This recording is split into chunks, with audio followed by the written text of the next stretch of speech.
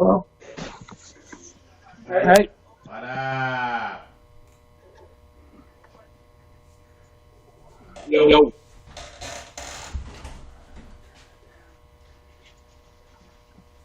Happy birthday, Randy. Thank you, sir. Yeah, you have fun at work today? I have fun at work every day. They made lasagna for me and peach cobbler. Nice. I ate so much I didn't want to eat dinner. Did you eat dinner anyway? No. You didn't do double bang? Isn't that what they call it? Or double Yep. pow or some shit? Yeah, it's been an interesting couple days around here. My kids are here though. Yay! Cling.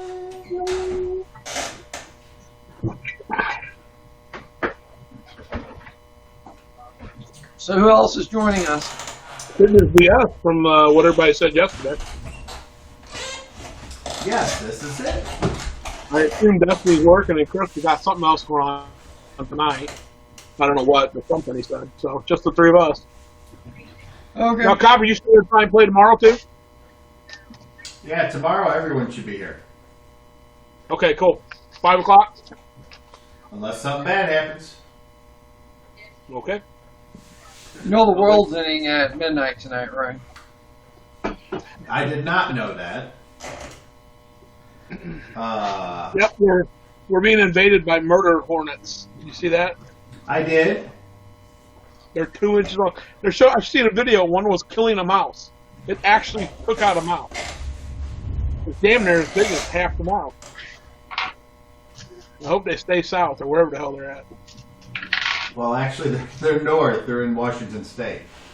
Oh, well, I hope they stay north. And Vancouver Island, apparently.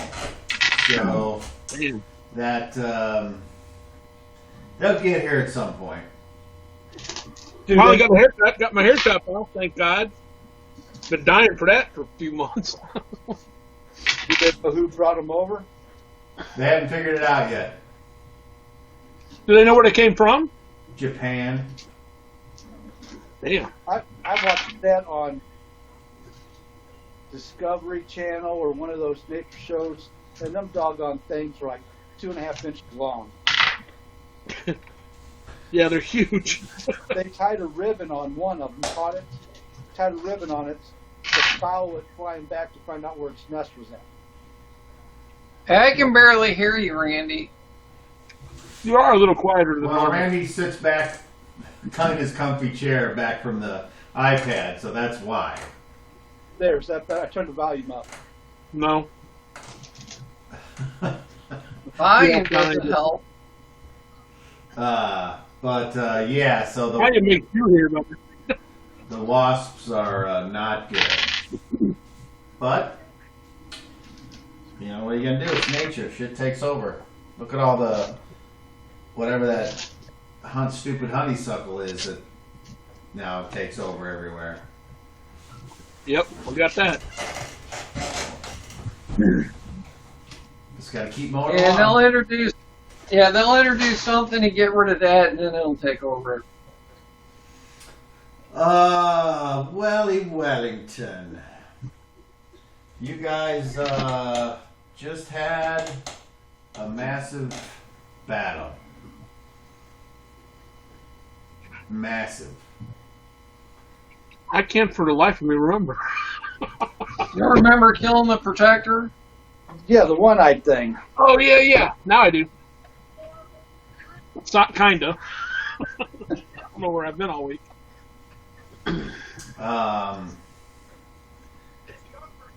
In episode 45, Yeah, I did. Coming back to me now.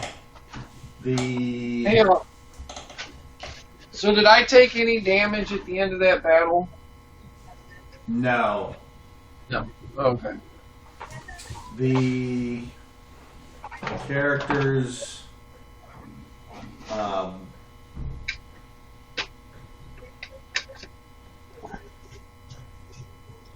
decided they would follow Zero.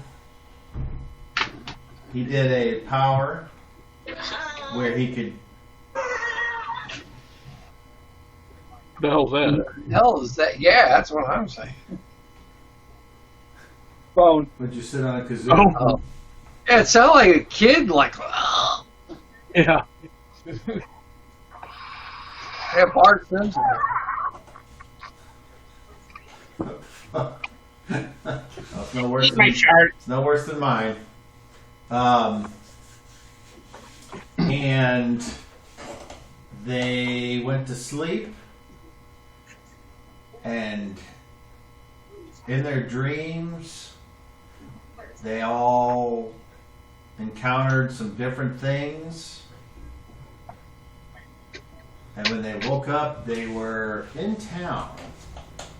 Now, I must say, just for clarification, the directions you were given didn't. All that was said was take the road, take the second right. So, along the way, There were two bridges. There were two bridges in there too. in the translation, it was agreed upon that, or whatever, that the dream travel would take you all to the town. And then once getting to town, you weren't sure where to go. So you decided, after doing your morning duties, that you would travel through the town and see maybe if the landmarks told to you by Prime Declar would be found. Unfortunately, once you went past the cemetery, which was in a long ago, or perhaps long in the future, or perhaps never existed, the place that the whole adventure started, where you first met the Dragonborn and the dragon and the dragon army. And shortly after, a sound was heard. A pounding, as if something large busting through the forest. Sounding much like the protector whom you all had lost in the previous stage of your adventure. But this creature busted through. It was similar in size, but different appearance by far. Instead of being shaped stone with armor and a sort of a beak or a hatchet on its face, this creature had a single eye, reminiscent of Forsooth, and more metallic in nature, with sharp spikes jutting out of it and two powerful fists. And in the fight, you all tried to get away, and then when you were away, you decided to engage it, and it shot a beam out of its eye at Waldor, but he was taking cover in the forest, and it struck the cover, and Garrett went up and attacked it and was promptly given the what for, knocked him down. Volmir's in the back shooting arrows at the thing, having minimal success, striking it, appearing to do damage, but not slowing this creature slash beast slash monster down at all. And then Ein went up with his psionic powered sword and took a slash, in which case the monster turned to him with two powerful fists. Boom! Boom! And then when he was on the ground, he stomped on his chest and completely crushed him. And for all intents and purposes, Ein was dead. The battle raged on a little while longer, before Zero was able to get into a position. And when he saw this, he decided to use his newly gained assassin weapon. But apparently this weapon has two powers. One to destroy or hurt or whatever, and the opposite power to restore or heal. And he shot his brother. He moved up and point blank shot his brother with the healing option. And it worked because the spirit of Ein, as it was about to leave, was pulled back into his mortal form. The creature was then attacked psionically by Ein, and Ein was able to, through many, what felt like minutes, but it was actually maybe a minute at most, able to hold it in with his mental power, cause it to be confused and unable to act coherently. And in that time, it was whittled down by Garrett and Volmir. And then finally, Garrett was able to use Skin Piercer to not pierce skin, but to pierce the central eye of this creature. And it fell over. Finally deceased. After the fight, the obligatory extra damage done by Zero crushing the part of the corpse with his compact power. And then that is where we stopped. Although I think at some point in there, Zero also had hit Garrett with the power of the bow, the heart needle. And that was earlier on. So Garrett was able to continue the fight. That was right before we started to flee. So, unless there's anything else you would like to add, does anyone have anything they would like to add at this time before we officially begin? Hearing no objections, we turn the scene then to the aftermath of the fight.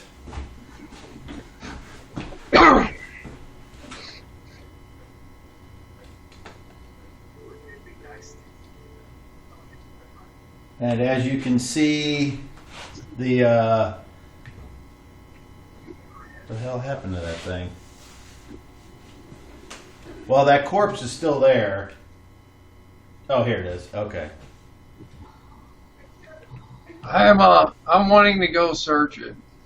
All right, it didn't make it across, I don't think. I think it was stuck here, and you guys were heading off. Right, it was around the other side of the bridge. Correct. So, that's where we will pick up, and no one said they needed to add anything to the recap. So, Savage 6, what would you like to do? And I already heard Waldor say he wanted to... You're just going to go and walk backwards there? Yeah, I said, hey, do you guys mind if I search this? Okay, so you're having a conversation first. That's all I wanted. I was hoping you just walk past Garrett and be like, see ya. Oh. Yeah, I don't care. I need to look at my brother. He's still heavily damaged. All right. I think this thing is a protector, and I was hoping maybe to find something out about it. So, I think Pursuit did something to the protector, and this is what became of it. Or figured out a way to remake it or make some version of it. I don't know, maybe. Alright, so I'm going to go search it. Okay, so while he goes over there and searches it, do any of you do anything I need to be aware of? Yes. Going with him? Because Zero compacted him, correct? The center section of it, 8 cubic feet became 10 times smaller in the center. Just in the center? 8 cubic feet of the center became 10 times smaller. Somewhere in the middle, 8 cubic feet. There's more than 8 cubic feet of it, but an 8 cubic foot chunk, Cobb will have to tell you exactly what, Okay. became 10 times smaller. All Well, I right. just want to know So if it all got constricted, if it retained its weight. The weight doesn't change. I have told you that in the past. Okay. all right. So you guys go over there, and I'm guessing Garrett, you're just kind of like keeping a lookout. Yes. Okay. So we will come back to that. Meanwhile, Volmir is keeping an eye out as well, keeping watch, kind of walking around. Dancing? You singing and dancing? And then Zero, you said something and I didn't hear it. So go ahead. I'm going to heal my. I'm doing a diagnostics on my brother first, see where he's at. From my the healing I did that brought him back to life, I don't know where he's at. I know he's still weak, so I want to see where he's at and how bad off he is, to what I might still need to do to help him move. All right. All right. So does anyone want to go first? He can go first. Okay. So deferring I rolled a Zero. 20. I rolled a 22 on diagnostic. Okay. He's at 1 hit point, Cobb. You told him he was at 1 hit point. Sean knows that, but my character don't. How many hit points do you have when you're full? Me? Yeah. 78. Okay. You told him he was at 1 hit point when the arrow shot brought him back. Okay. He tells you he's at 98%. He's at 98. Your diagnostic reveals that he's almost completely Dead. great. So he doesn't need anything then. Well, that's Yeah, up to he's you. That's up for you to decide. But you know what his life force power is at. You said he was very weak. Also, is that still the case? And what's causing that then? Or is that gone now too?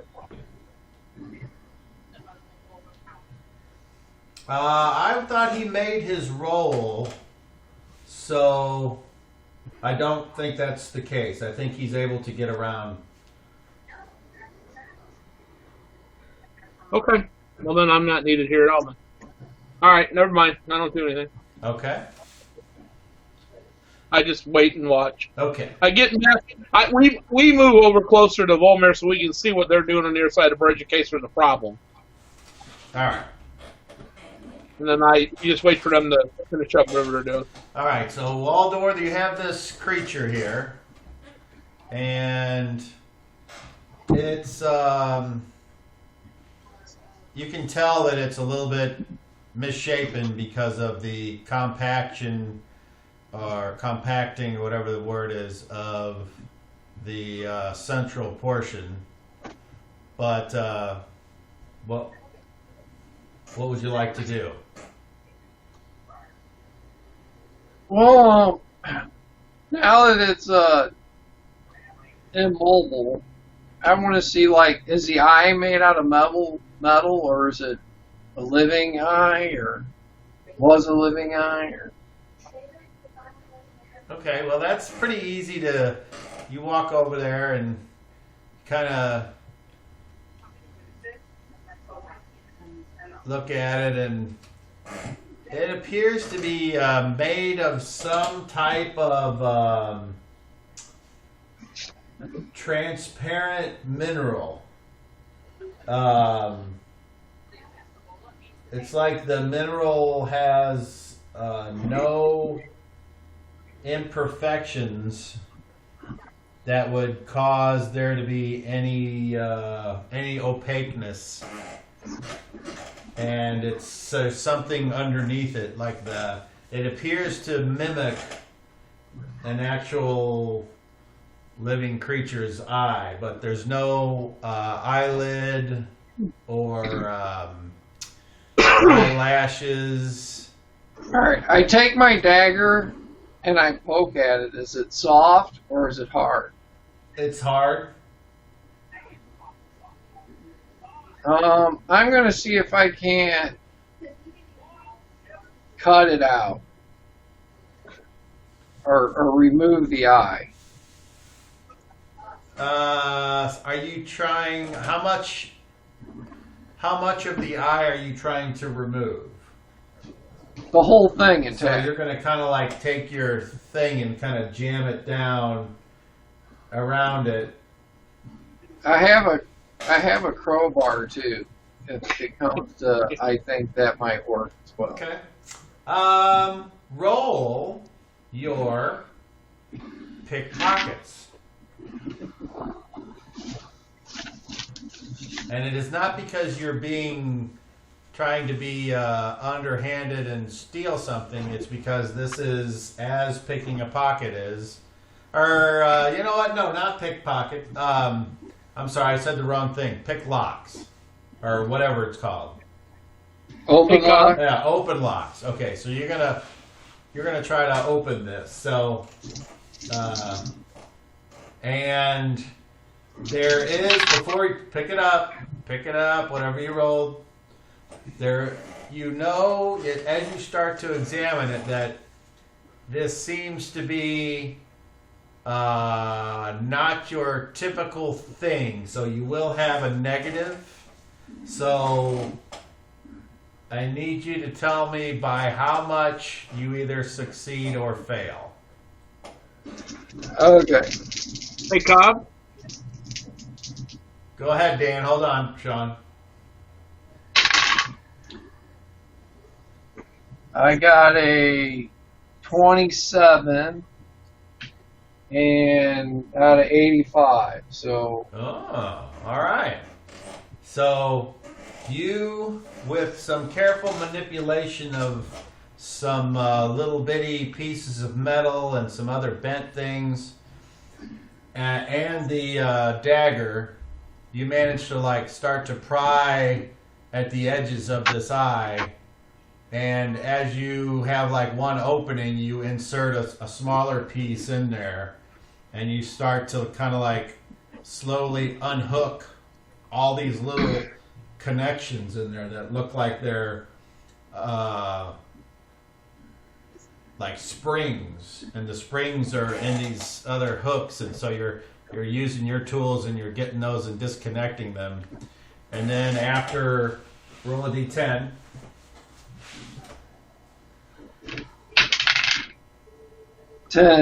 After 10 rounds, or in this case 10 minutes, you are holding in your hand, and it's very big. You can see, if you compare the size of that eye to you, it's like almost half of your body, and it's pretty heavy. What's your carrying capacity?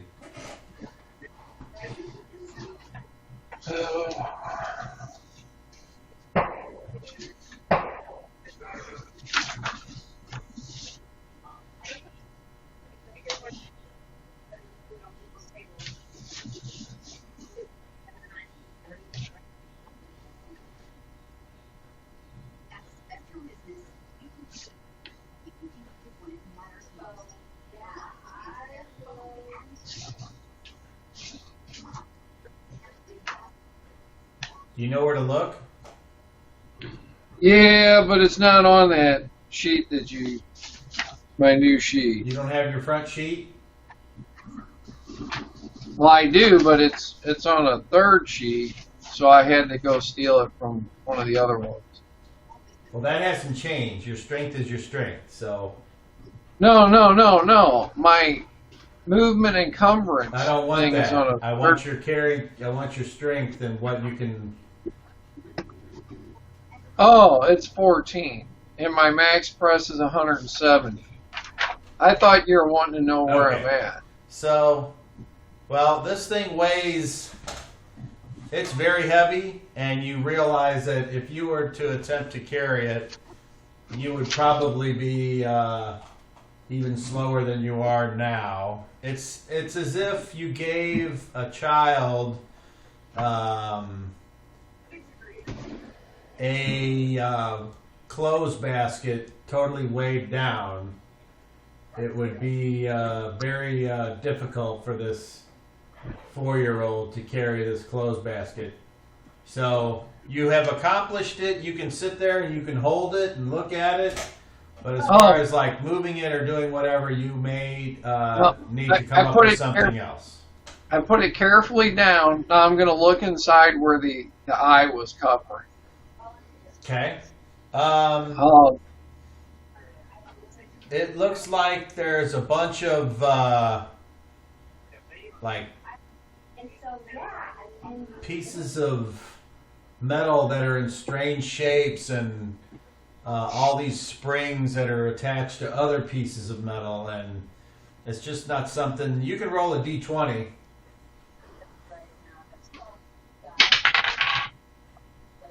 Two. Okay, yeah.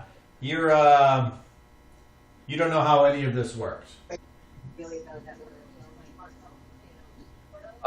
Do I see anything other than those pieces of metal that might be interesting, like a stone or something that looks like maybe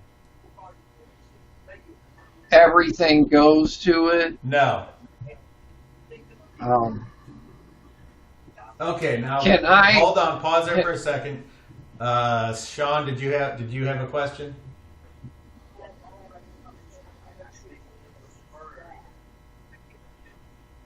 Sean, did you have a question? Yeah, hang on, I had to unmute.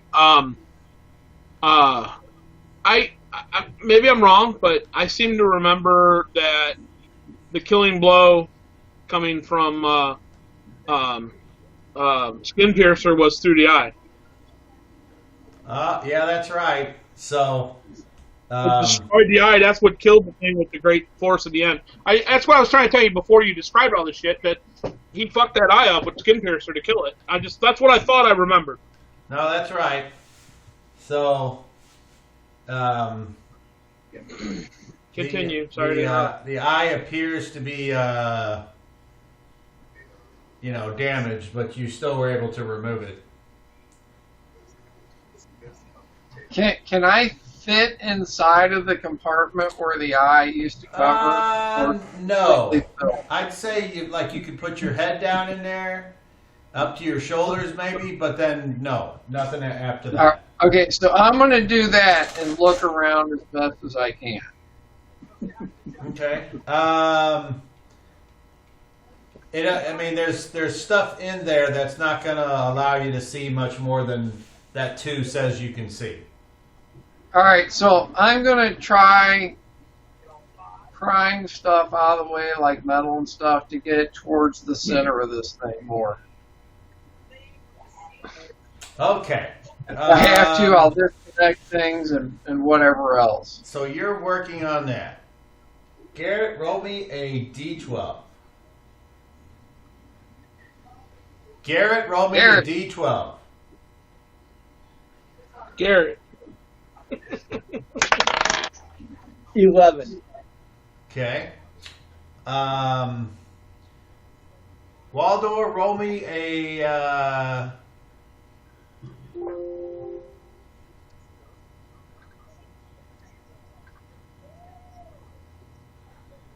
roll me a d20.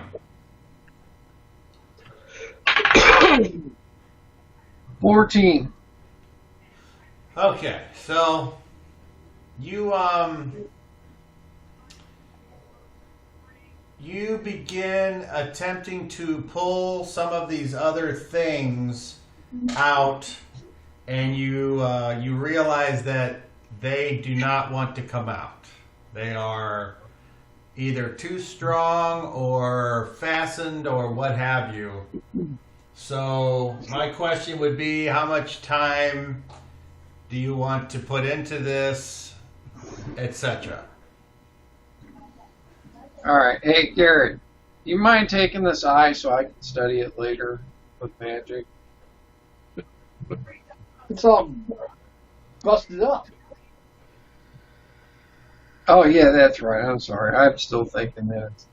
All right, well, I was hoping maybe there might be something in here I could use, but I don't think there is. I can make it smaller. I don't know if that would help. It'll fit in your pocket or your backpack real easy. Yeah, but I don't know. Are we going to be somewhere where I'd have a day to tear this thing apart? I don't know. We never plan that out. It usually just happens. Yeah. How long does it stay small? This time tomorrow. Where we might actually be back. I just cast it again if we're not. Okay. All right. Yeah, sure. Let's try that. Cobb, I go up, I move over to that side of the bridge, and I attempt to do a compact on the eye only. Oh, no. I thought you were talking about the whole thing. Never mind. Yeah, No, I thought you were talking about. I can do the whole thing, but the whole thing's still going to be good size and probably very, very, very heavy. The eye would not be that heavy. My point is I can make the eye smaller for you. I was hoping inside of this The whole there was thing, bro. something that would lead us to something else. But, I don't know. so, Okay, I go back across the bridge. Cobb. Yeah, never mind then. All right, sorry. I was hoping maybe there would be something in there, but unless if we want to smash this thing apart, which I'm sure we're not, because that would be really loud and take a while. I've already destroyed the center of it, and it's destroyed. And you taking the eye out, which is also destroyed. I don't think it's going anywhere. No. I was just hoping something inside of it there might be something inside of it that was to help us out in some way. Something magical, something that might lead us to pursuit or what.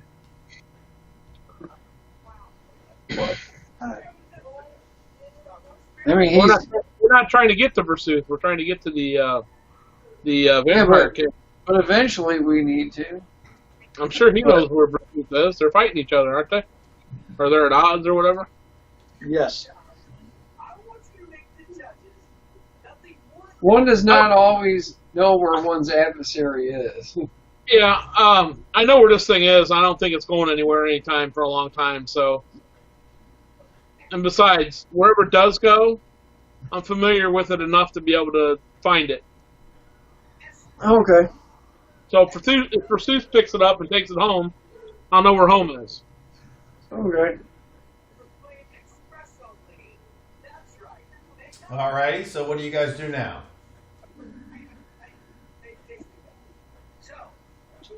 I guess let's move on. Need to try and figure out how the hell we're gonna find the however we get to this healer's house or whatever we got to take to get there. We got to figure that part out.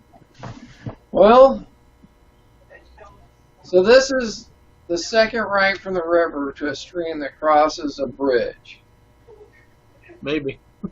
All right, so, well, I thought this was the second right that we took.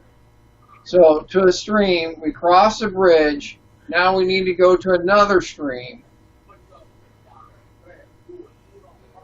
And then we go right before a down tree. Why don't you lead and take us in a direction you think that most resembles what we were told, and then we'll follow. Okay. I would personally prefer that we do that. All right, so I will move to the front.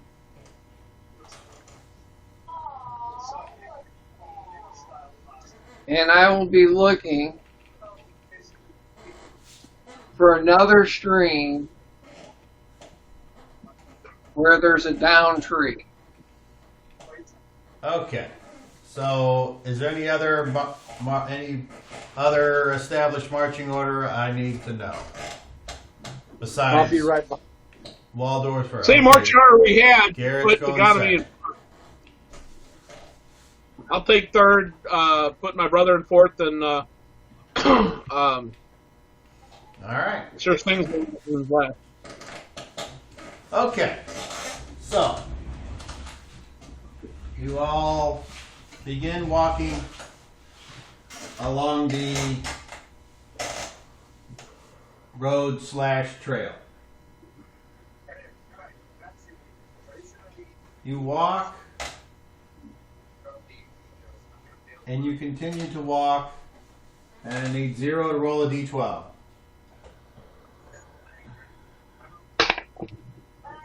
4. Okay. You've been walking for a while now. The sun is above the trees, and you've come to another stream, but there wasn't any type of down tree next to it. Okay.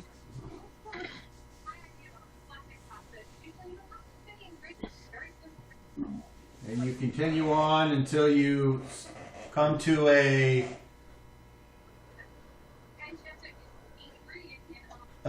road that intersects with the road you're on, and there's a sign there.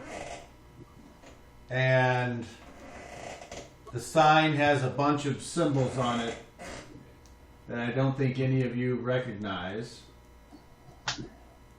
And it points I don't have that. in all four. There's like 4 different ones, and there's one that points back the way you came, and one that points forward, and one that points to the left, and one that points to the right. So,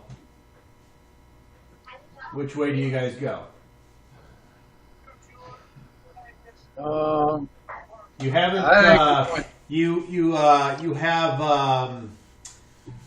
You haven't seen any type of village.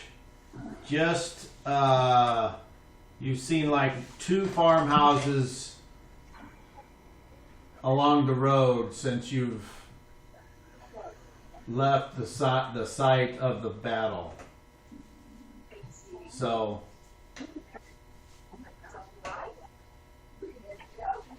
What do you guys do at this intersection? I don't know, I guess we need to turn back. I don't know, maybe it was before the village. Got no idea.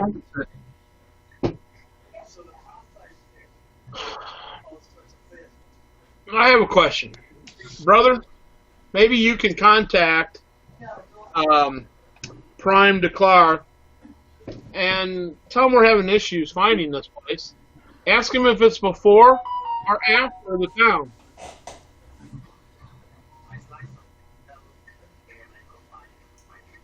I know. I thought originally it was before the town, and we should have just left from where we're heading towards town, and that was going to take us there. We were never told anything about it being before town, after town, in town. I think we just all assumed it was in town. Apparently that's not the case. But specific instructions about before, after, or in town wasn't given. It was just the directions you got is all that were given. So it could be to the left of town, it could be to the right of town, it could be. I mean, town was never mentioned. I mean, it's supposed to be in the area, but. I mean, I just heard them say that it was near the city.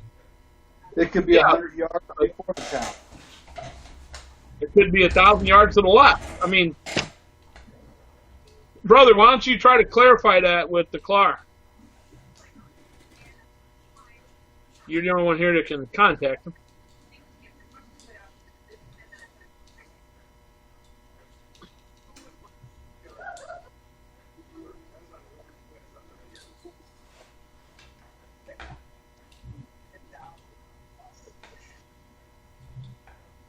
Hey, can anybody look from up above this place to see if they can see a fallen tree? Or, dude, you know how far it is to see a tree through the overgrowth of the canopies of all the other trees around it? I mean, well, I could look at that, but I couldn't. How about if you could just look at the bridges to see? Again, look at the canopies. I mean, we're on a trail through the woods with a canopy that's pretty much cutting off the road to a degree. I mean, it's hard to see where bridges are. Can't you talk to one of the little furry friends around here that might know something? Or maybe a deer or something. I don't know what kind of intelligence anything has, but maybe something. Surely something knows where this thing lives if it's outside the city. I did not take that spell today.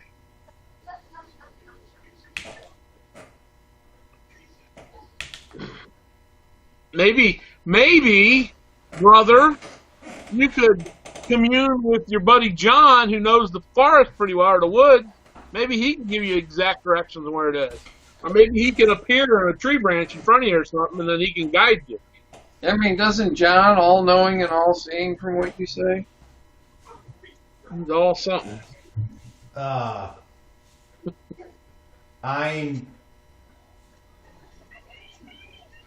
You see him kind of looking off in the distance, and when you guys are talking to him, he kind of puts his hand up, and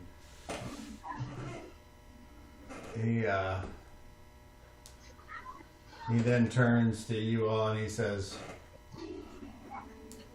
yeah, the directions where we were to follow the road, take the second right. So I don't know why when I wrote it down that way that we didn't do that, but we didn't. So we need to go all the way back to the other side of town.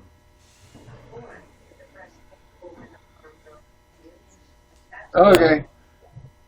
So let's go back through town then. All right.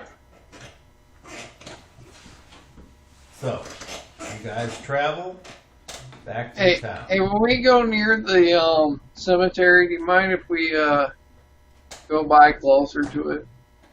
Why? Why? Curious if there's anything that's roaming there that I could possibly pick up for a fight. This is not like the place we came from where the dead wander around.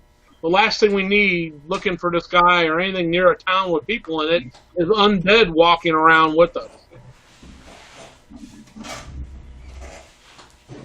I mean, am I wrong, leader? Nope. Oh, sis. I think you just did such a good job getting us here to the town. I think we just passed it. I didn't get us to town. I got us to the other side of the town. Then we decided to go into town because we didn't know what we were looking for. Oh, wait. I did. That's right. We appeared before the town, and then we all of a sudden ended up in town where we were supposed to be. Yeah, I just keep remembering that first thing when we ended up outside. Anyway, yeah, let's go before town, and then... We'll go out the other side. I didn't know it was before town. I mean, like I said, nobody said anything about... He didn't tell us before town, after town. All right, so we go through town. When we left where he was when he told us that, it could have been the second right from when we left there. And that could have been 100 miles the other direction. I mean, I'm just saying. Did he know we were going to magically jump to the town? I don't think he understands what you can do. Heinz like, why well, would let's hope it's in this vicinity. All right, so you guys turn around and you start trudging back. Yes. Yeah. Waldor, roll me a D12. Long, grueling, unbearably long trudging. Waldor, roll me a D12.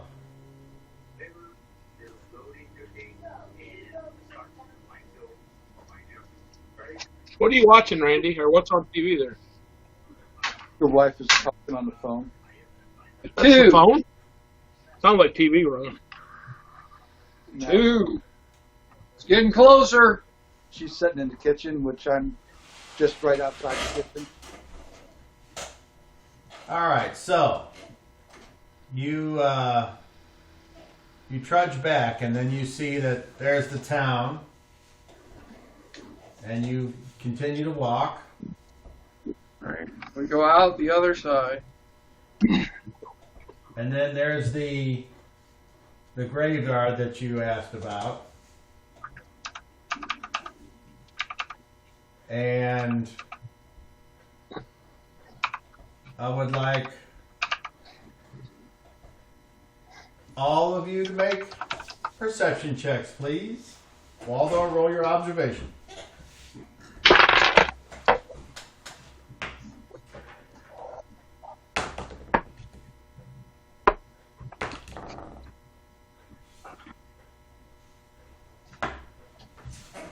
So we'll start with Waldor. 22. Garrett. 29. 0. 27. All right, so Waldor, you notice that you catch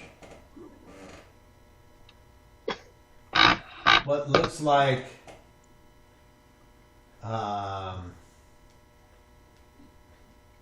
almost looks like you ducking behind a gravestone. And you also notice that Volmir noticed, because she stops and she squints her eyes and looks over there. All the other three apparently didn't notice. Hey, everybody stop. Huh? What's going on? Volmir's like, did you see that too? Yeah. Hey, why don't we go investigate really quick? See what? What's going on? Hey, there's someone hiding over there. Kind of looked like me. Like one of me. Where at? In the graveyard, over there. I kind of... If there's like something that's more... Yeah, right. You just want to look for dead things walking around. She's Very funny. too. She's seen it Yeah, too. so you paid her off. I don't know about these two. I don't know about these two, Garrett. They're in cahoot. I don't like walking through the graveyard. Ein and Volmir are both like looking at Garrett, waiting to see what you have to say about it. We knew he'd find a way to go over there. Volmir's like, I definitely saw something, but I'm not going alone, so it's up to Garrett. That's your hair in front of your eyes. You finally grew it back. And Ein's like, I can check it out or not. I don't really care.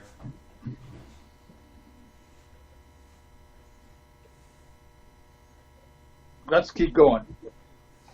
Good plan, boss. Just watch out behind us. Make just particular, just in case somebody's following us. Okay.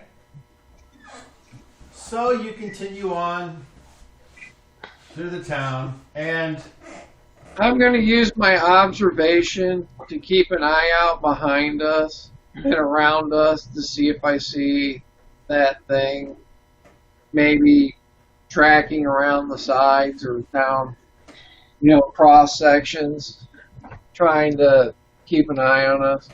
okay. Cross sections. Sections of cross. Roll your observation.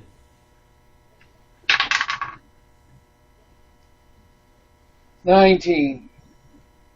Okay. You didn't see anybody sneaking around any dark alleyways or getting ready to shoot you with a crossbow bolt from behind a lamppost, so that's cool. Not a lamppost, but a barrel for sure. And to make matters even worse, as you're trudging past and you're looking around now and you're paranoid and Volmir's looking around, the scent of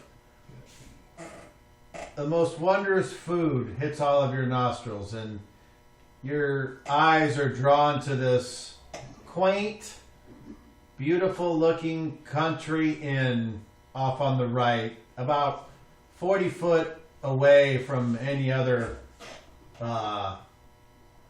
business.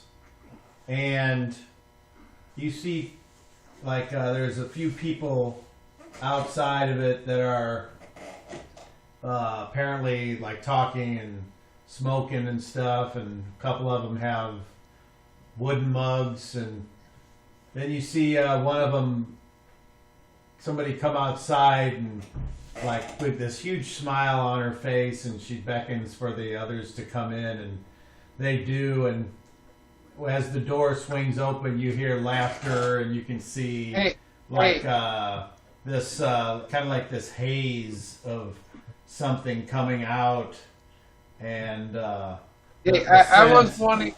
The scent of bacon hits your nostrils, and go ahead, Waldor. I was wanting to read lips, see if I couldn't see what they were saying. Do you quit observing for this other thing? Yeah. Awesome. Okay. So you're about, the road's only about 25, 30 feet away from the entrance to this establishment. And is there any particular person that you're trying to read their lips? I mean, there's several, like I said, there's several there. The lady who comes out. Okay, roll your read lips. It's pretty good.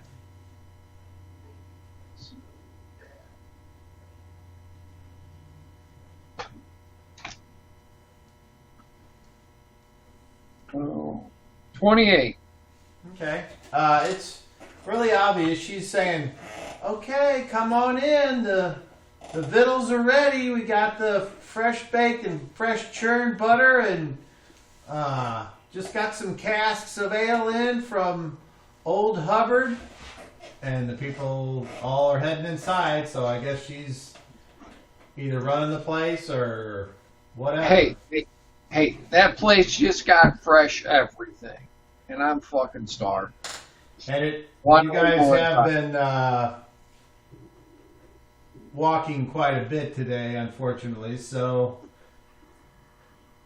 do you decide to press on and ignore the obvious chance at a relaxing and delicious meal, or do you partake of said descriptive thing and totally up to you? Apparently Waldorf's making a plea to go get some sustenance to you, Garrett. Come on, man, that shit smells so fucking good. I mean, when's the last time we had a really fucking decent meal? I mean, it's been thousands of years, right? Let's see. Ein says, fuck that. Nope, it's a trap. I'm not going in there, and you'll have to kill me. Not to mention, we just ate well. We just ate well at my mother's house yesterday.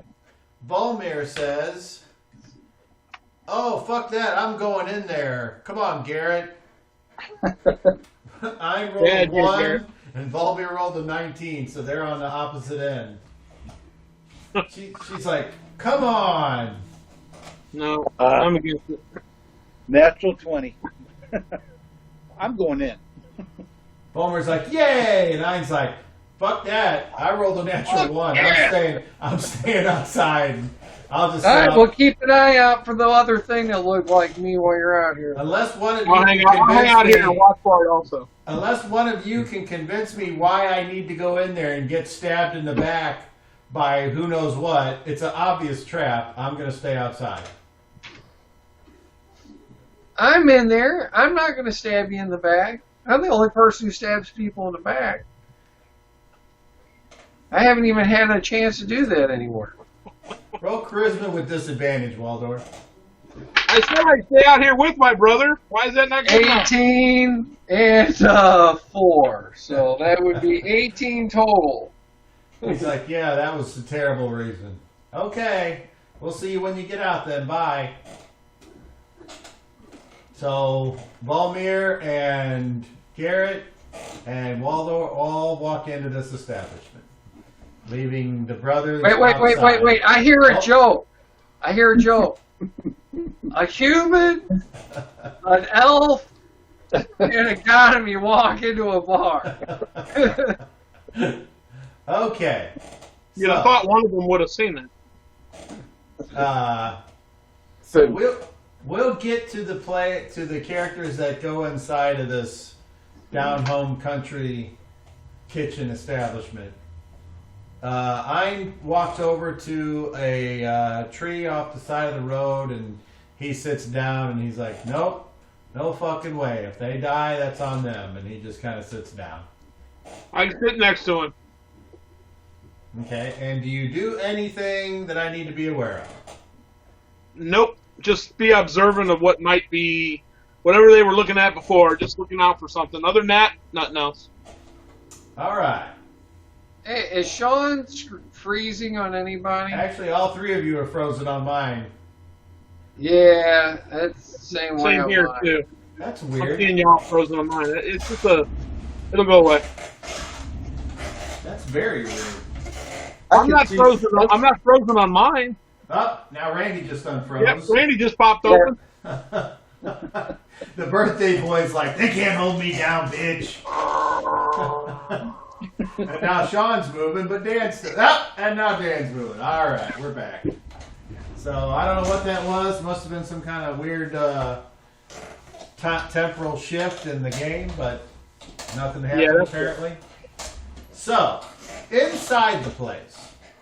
Inside the place. We got, So as soon as we open the door and walk inside, I'm going to look around to see who and what is in this place and where. yeah. And if there's anybody who stops what they're doing and kind of looks like they're on the shadier side.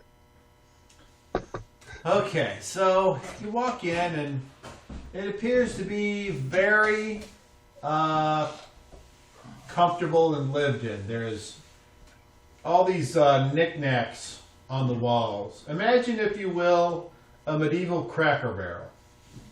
There's shelving with urns and like little paintings on plates and little stacks of corn made into dioramas of farm life.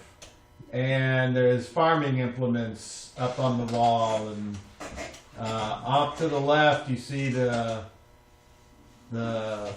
like 3 different employees who are scuttling about, and they appear to be having their midday dinner rush as the place is about 3/4 full. The building's kind of like 40 by 40, pretty decent sized, and you see a couple off on the left, and there appears to be some fancy dressed men over on the right engaged in some type of discussion about local politics, perhaps.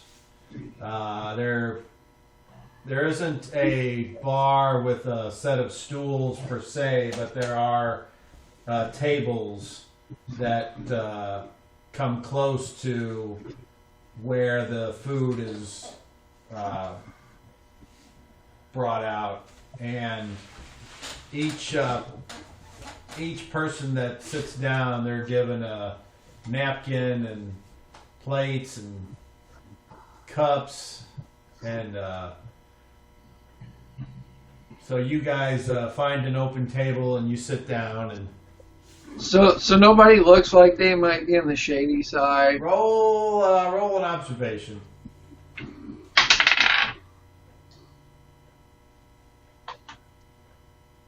21. The closest thing that you can find to someone on the shady side would be there appears to be like a teenage kid who has his knife out, and he appears to be carving something into the top of the table where he is sitting. And that's not close to you guys. Other than that, it seems to be normal people having a normal dinner at a normal place. So Okay. you all are basically, without getting into too much detail, you need to tell me what kind of meal you would like. If you would like a basic fried salmon with peas and some ale versus having actual whole chickens, which are the most expensive. So you have your choice of having the peasant food served to you all the way up to a lower noble type cuisine. Hey, Garrett, my first issue is what kind of money do you guys use here? Well, here's the funny thing: is what we used in the real New Stone is not the same currency that is here. It's similar, but not exact. Wait, I couldn't hear what you were saying. Oh, I was trying to whisper so the crowd wouldn't hear. The currency of where we come from and what's here, it's close, but it's not the same. Volmir says, yeah, I seem to remember that somebody was asking about it, and they said that it had like a picture of Forsooth on one side or something. I might be wrong. But anyway, that's kind of what I remember. But they still have like the medals of where we were from. The copper coins, the silver coins, and the golden coins. So, yeah, I don't know how that's going to work. Do we want to chance it, Garrett? We might just, before we order, ask the waitress that takes the order if they accept these coins. And just It's also possible maybe I could trade some services for food. well, let's not do there. I want to be out of here. No. I meant literally like spell services.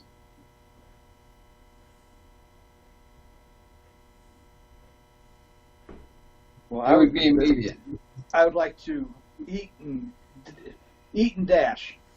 So the waitress This would walks be past very you, and you see that on this plate it's got what appears to be some kind of mash. It could be potatoes or some other kind of legume, and like a garlic butter sauce thing next to it, which you've seen this type of meal before. It's definitely an upper class type of thing. And then like the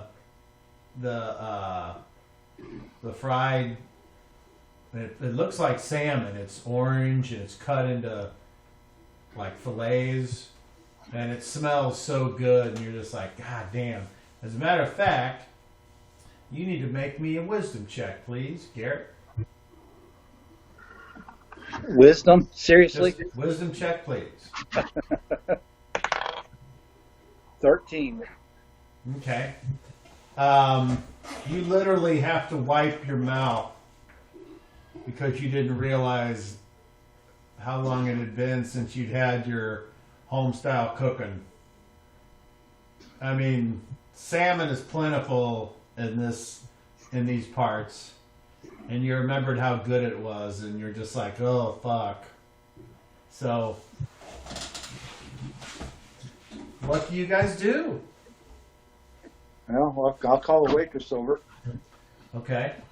So you get a waitress's attention, and she comes over and she says, "Oh, hi, you guys thirsty? You hungry? We just got a fresh load of salmon in today, and we got some northern hash.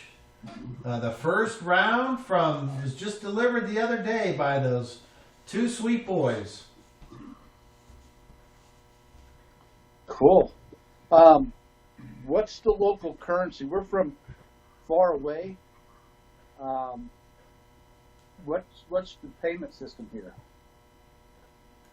Well, we do coins of the realm, of course, but if you don't have that, we can certainly have those weighed up and for a small fee give you an equivalent amount of. It was 25 cents. We know that we give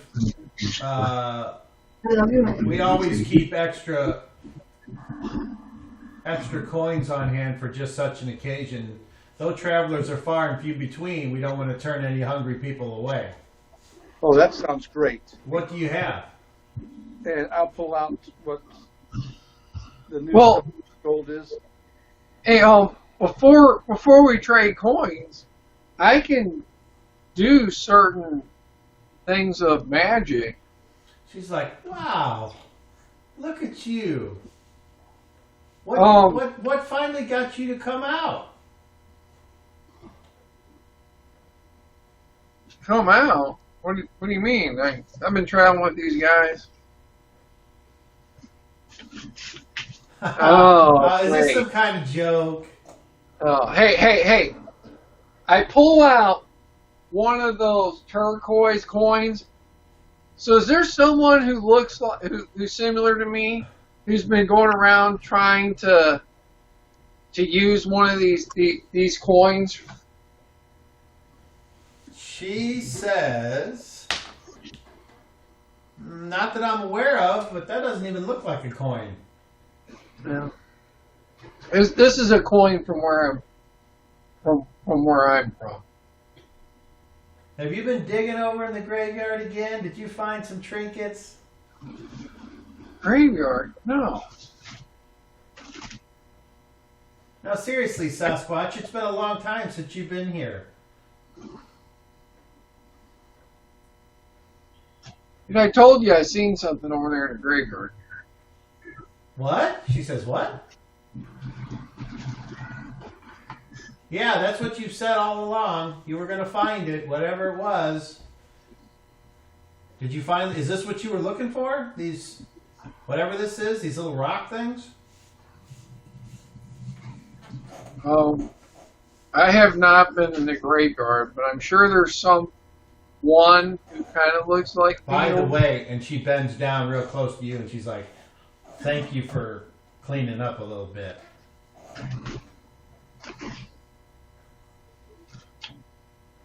You're welcome. Well, okay, I guess if that's all you have to say,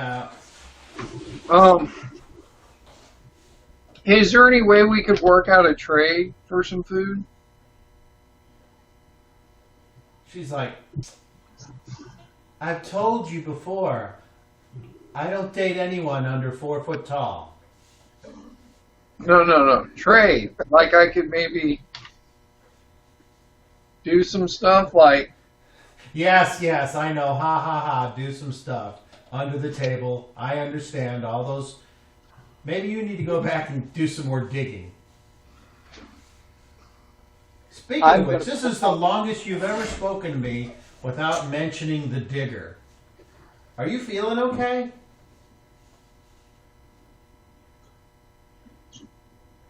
Like I could maybe preserve some of your food and herbs for you. I mean, that would last for like a year. Why are you acting so weird?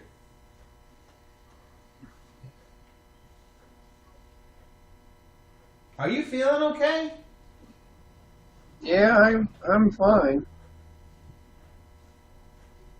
Well, can you please just order something and... I'm starting to get a little creeped out. And then she looks up at you, Garrett, and she says, and what about for your lady friend?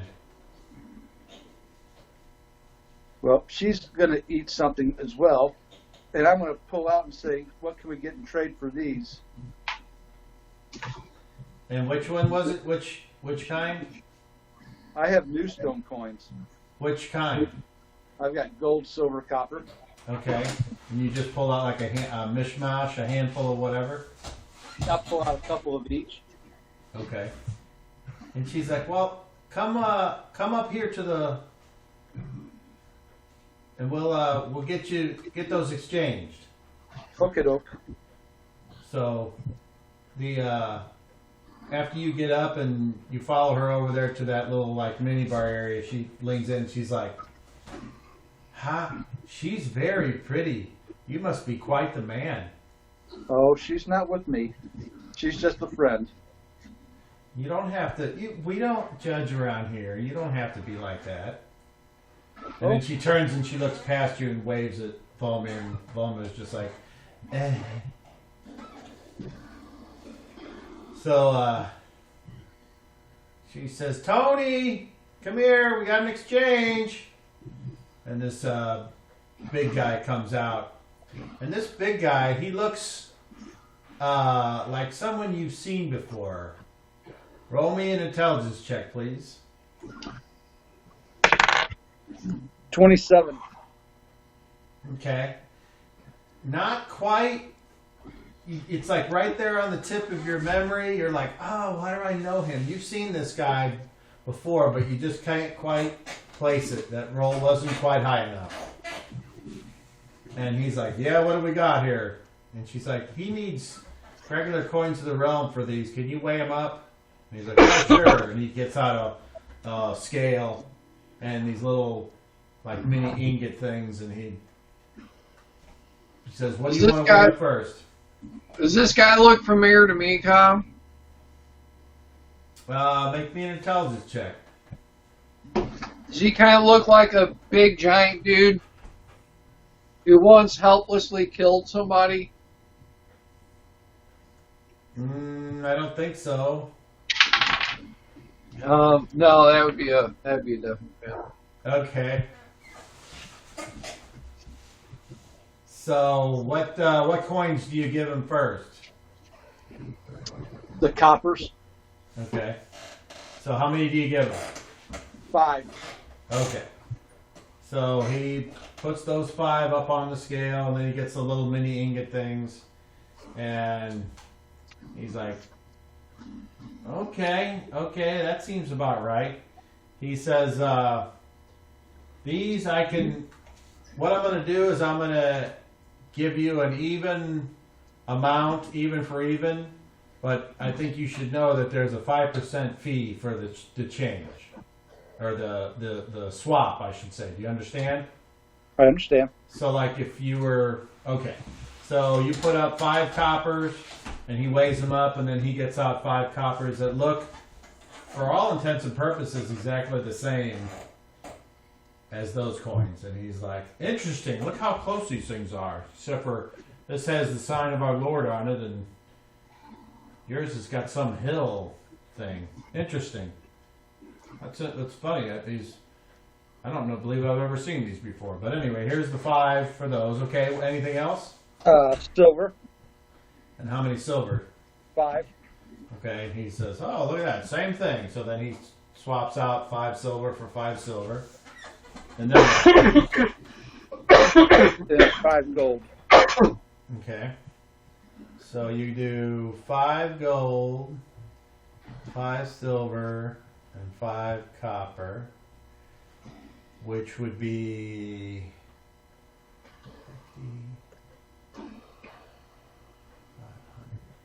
555.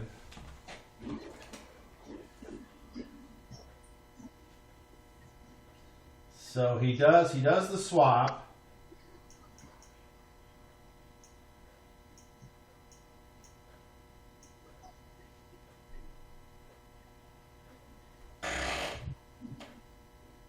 That can't be right, is it?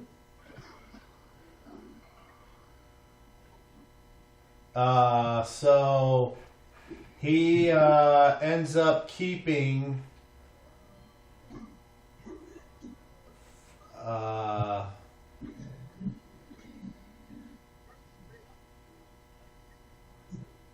What, a copper? two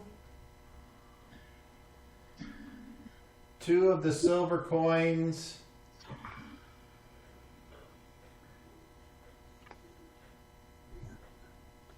and the 5 coppers, which leaves you with 5 gold and 3 silver. Okay.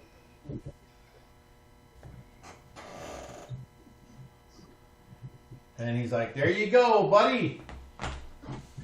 Thank you very much. And she's like, okay, there you go. And she kind of says, you want to go back to your table? And You can tell me if you'd like anything. Please. Okay. So she comes back over to the table, Waldor, and Volmer's like,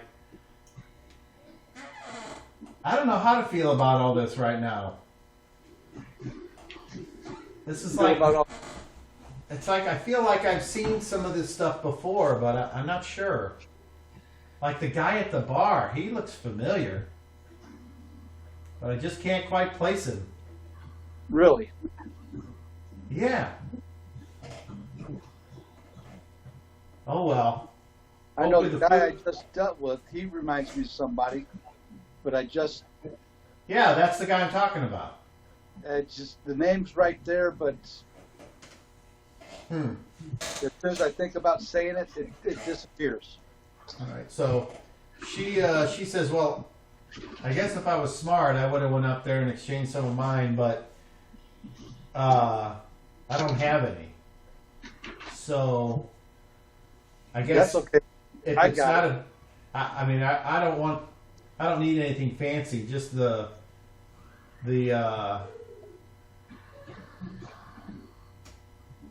salmon plate would work fine for me. Okay. So the waitress looks at you, Garrett, and says, so what do you have and what for your friend? And I'm going to suggest the salmon plate for everybody. Okay. Waldor, what do you do?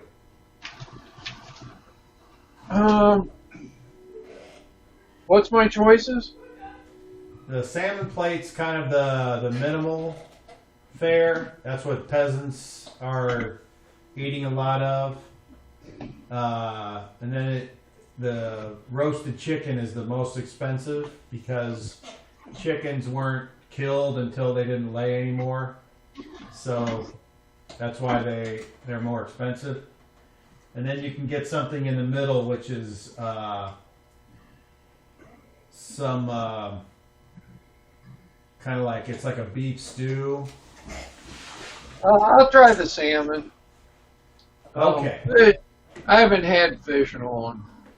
So, and do you want to split a pitcher and 3 cups for ale, or were you looking for anything more hearty? Just ale, please. Okay. So for each of you, it'd be 2 silver coins. So 6 silver coins, or something equivalent, a gold and, well, that would be too much. No, a gold and then a silver. Okay. You pay them? Yep. Okay. So yeah, mark off whatever that I thought is. a gold was worth 10 silver.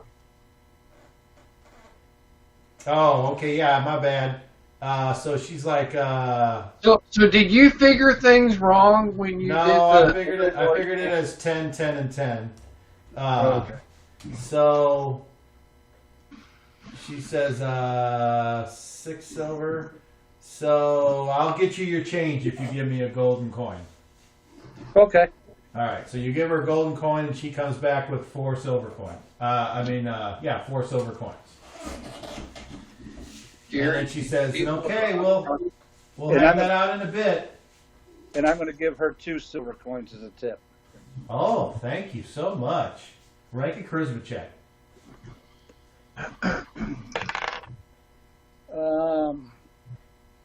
That'd be a 31. 31. She bends down and she's like, "So, you said you weren't with her. Are you married?" I told you we're not together. No, I mean, are you married? Oh, I'm not. No. Oh. Well, my name's Teresa. What's yours? My name's Garrett. Oh. Well, Garrett, I hope to see you again. And she kind of gets in real close and she says, "Let me get you your change." And she leaves. And Volmir's like, "Woo, go Garrett, go. Yeah." Hey, Garrett, you definitely need to go to that cemetery now. Volmir's like, Volmir says, yes, I really want to go to that cemetery. Dude, if there's a likeness of me 18. Wow. roaming around in that cemetery, he might know something. How about- He's looking for something there. I mean, it's got to be important. How about we eat first? Oh no, I'm definitely down with that. I'm just saying afterwards, we need to go get that a good look. Okay, so I you feel guys are, like Destiny is drawing us there. you guys or have what- brought the meal and the drinks, and it smells delicious, and it is delicious. It's as if Garrett, your mom, Hey Garrett, made this. That's how good it is. Really? is the ale warm or is it cold? It is room temperature. Would you like your ale cold? No. No. Balmir's like, why would you even ask that? What does that do? Well, I have the ability to chill something right now. And Well, since it's just not because something you- that Just because Nice. you have the ability doesn't make it. Does it make the ale taste different? kind of, yeah, it gives it a different experience. And she says, well, here then, chill mine. All right, so I'm using one of my orisons called Chill. And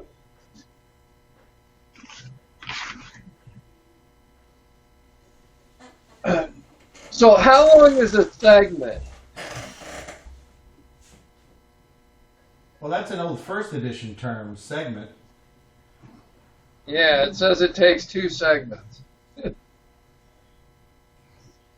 Well, considering it's an orison, just say it's a casting time of 1. Okay, I don't know so why it would. all right, so I can do 1 foot cube. So I'm going to put my ale in there with her ale, Okay. next to it, so it gets Sure. both of them. And then I just take my holy symbol and tap both of them. I'm like, Lord of Light, bring forth the chilling touch. And it says, can reduce the temperature of non-living liquid or solid material by about 40 Fahrenheit, subject to a minimum temperature of freezing. The chill lasts but for an instant, after which the subject warms slowly back to normal temperature. So it should make it fucking icy cold. Okay. Well, it does what you said it does and makes it nice and cold. And so she's like, okay. And she tries it. And she On a hot day, this is awesome. She says, well, yeah, it's cold, which is weird. Makes my teeth feel weird.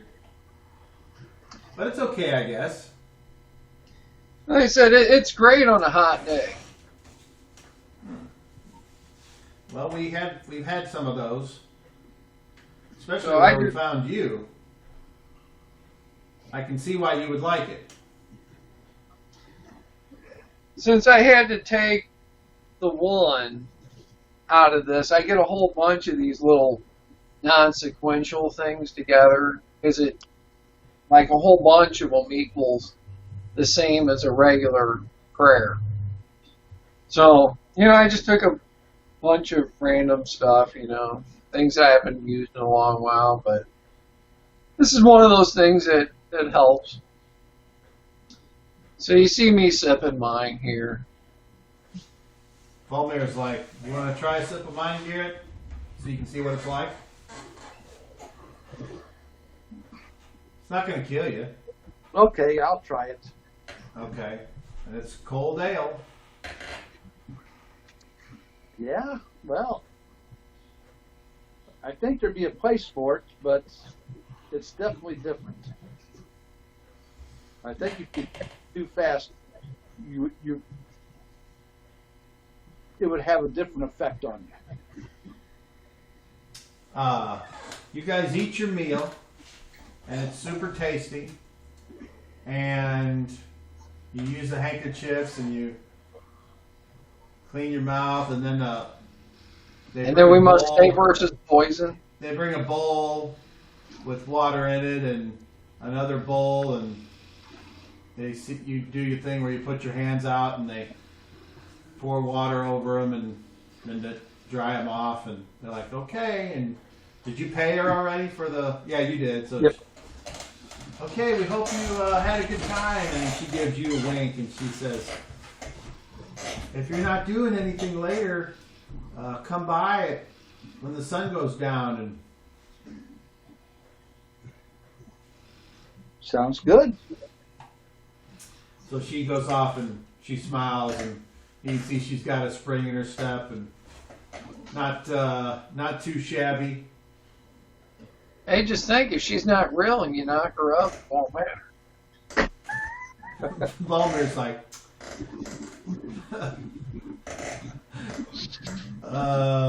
this is why you're all alone. I'm all alone because there's no more economy. Because you guys, my race is extinct pretty much. Apparently, you're the one. You said that creature said that you did. This creature say you did it, or you? Yeah, I had a hand in it, but it's only because I was with you. But oh fucking well, history All right, of so- Walford, right? You finish your meal. It's great. We washed our hands.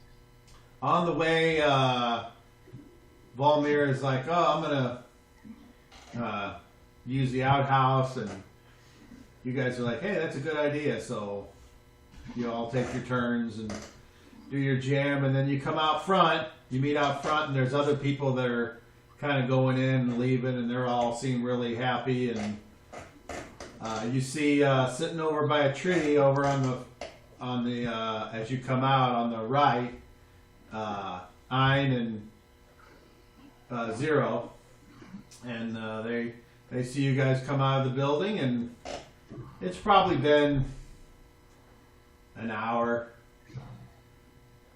So, you guys walk over to rejoin your friends, or do you? Yeah. I go over there, and I'm like, hey, Sean, can you hear that's us? bad news, Yeah. guy. Okay. I got some bad I'm news. working on a report for the property while I'm listening to these. Okay. I'm muted so you don't hear me typing, but Okay. I thought you had muted us because it looked like you were talking to somebody else.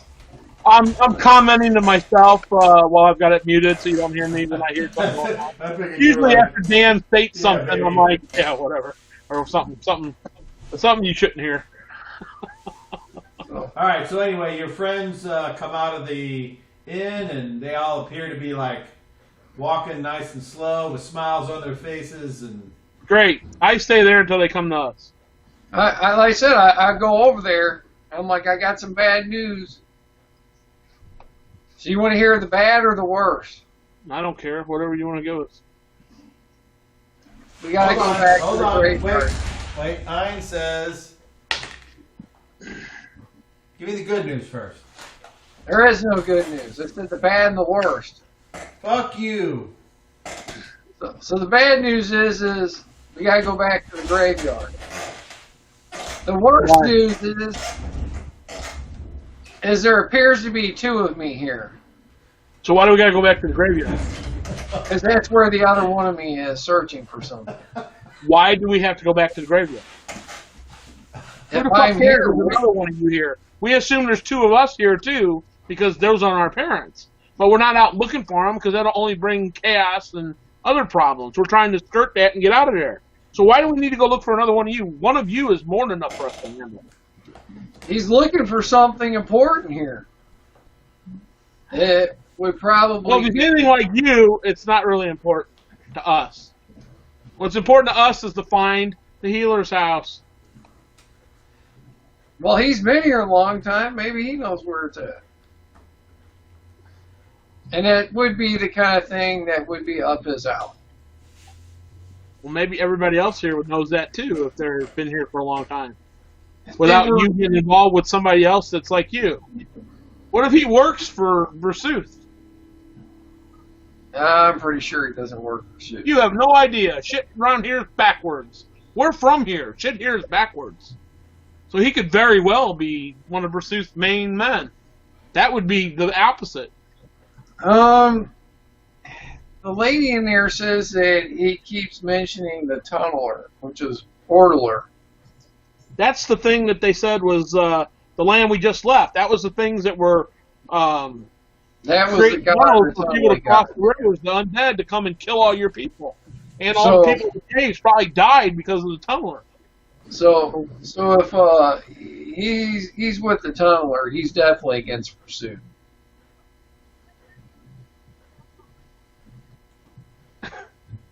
I don't know who's with who here, other than the Vampire King is not with him here. As far as the undead go, I don't know.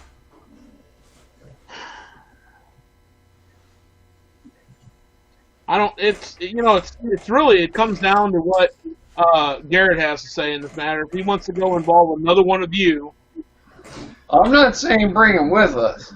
I don't think we should even approach this individual. I think we should steer clear of anyone that looks like any of us. But it's Garrett's decision. Well, I think we need to get those potions first of all. I agree. I think that's our mission. Anything else. Well, I would think that he would know where to find this guy.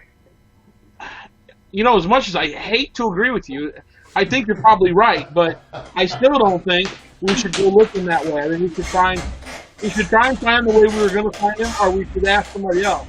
I just see problems running into somebody else like you. Now that you know somebody else is here, and you shouldn't be here, you're not where we came from, so you could be in out with somebody else in this town, and then they see you, and now we have a problem because they're looking for you, but they think it's the other guy, right? Well, the resemblance is so close that the waitress thought it was him. How did she act towards him or about him or seeing him again? Any oddities that you could think of or that you noticed? I think she knows the other one has got some traits to him that she's telling Waldor about that he's not going to get away with here. So he's a sneaky little fucker, just like this one is. Kind of. So he's in the shit. He's probably going to get in trouble if we run across the wrong person. I think we should avoid him, but ultimately, Garrett, it's your bad call to make. Well, I think we got to get those potions first before anything. Want to go look by ourselves? You want to go find his look-alike to ask him, or you want to ask somebody else in town? Did you guys, by any chance, ask anybody in the inn while you were in there for the last hour about if they knew where this guy was or heard anything about him? This place we're looking for is not going to be a place where just everybody knows.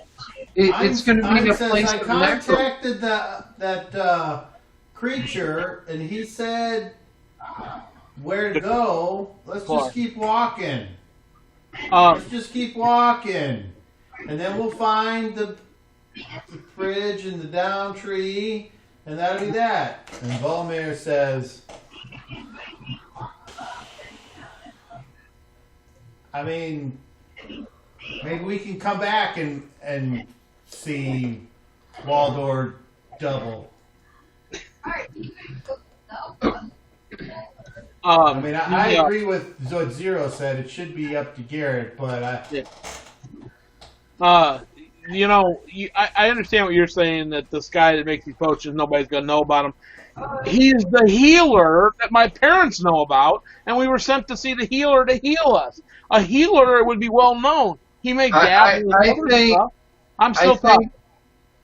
He's the healer. He may dabble in other stuff, but that doesn't mean people don't know him as the healer. Why would people not know him? My parents told us the healer was in town. Right, but this guy's not in town. He's outside of town. Well, I think this is a different guy. I think this is a different guy who practices Either that or he's got a secret shop out of the side of town. Maybe I don't have the correct answer to that. So, all I know is we can go get the I person. thought the same person we were talking about, the healer, was also the guy we need to see for these potions that turn us supposedly, I'm guessing, some sort of form of undead that allows us to be traveled. To travel, they're under his protection or something. It has something to do with that. I mean, I never heard mentioned anybody else or any other name to this individual but the healer. Am I misunderstanding that, Garrett? Is that what you heard, or did you hear a name for this other individual that makes these potions we're supposed to get? No. There was never any names, period. That's the problem. The healer was always mentioned. Just like we thought that we were supposed to maybe go this way, but we never really stopped and asked the right questions to find out otherwise. But hey, I'm okay with getting the potions. I would just like to come back by here. Oh, sure. Anything to get in that graveyard so you can play with the dead. Dude, I ain't even going to grab the dead. Whatever. I think that if he's searching for something there, then that's something that could help us. If he's against pursuit, then whatever it is he's looking for should probably help us here. Well, we're not from here. We're not coming back here. We're going to see somebody else, help him fight wherever the hell else we're going to be, and then we're leaving this fucking place. That's what we're here for. I mean, this guy rules all the land except for, apparently, I'm guessing, what the Vampire King rules.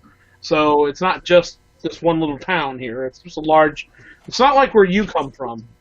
Our world, if this is anything like our world, it's huge. Right. You can walk for months in any direction and never reach the end. So All right, let's so- go and find the healer to find the potions of the undead. All right. So, off we go. So let's see if we can find, as we're walking through, see if we can find a, like maybe a blacksmith shop or something like that.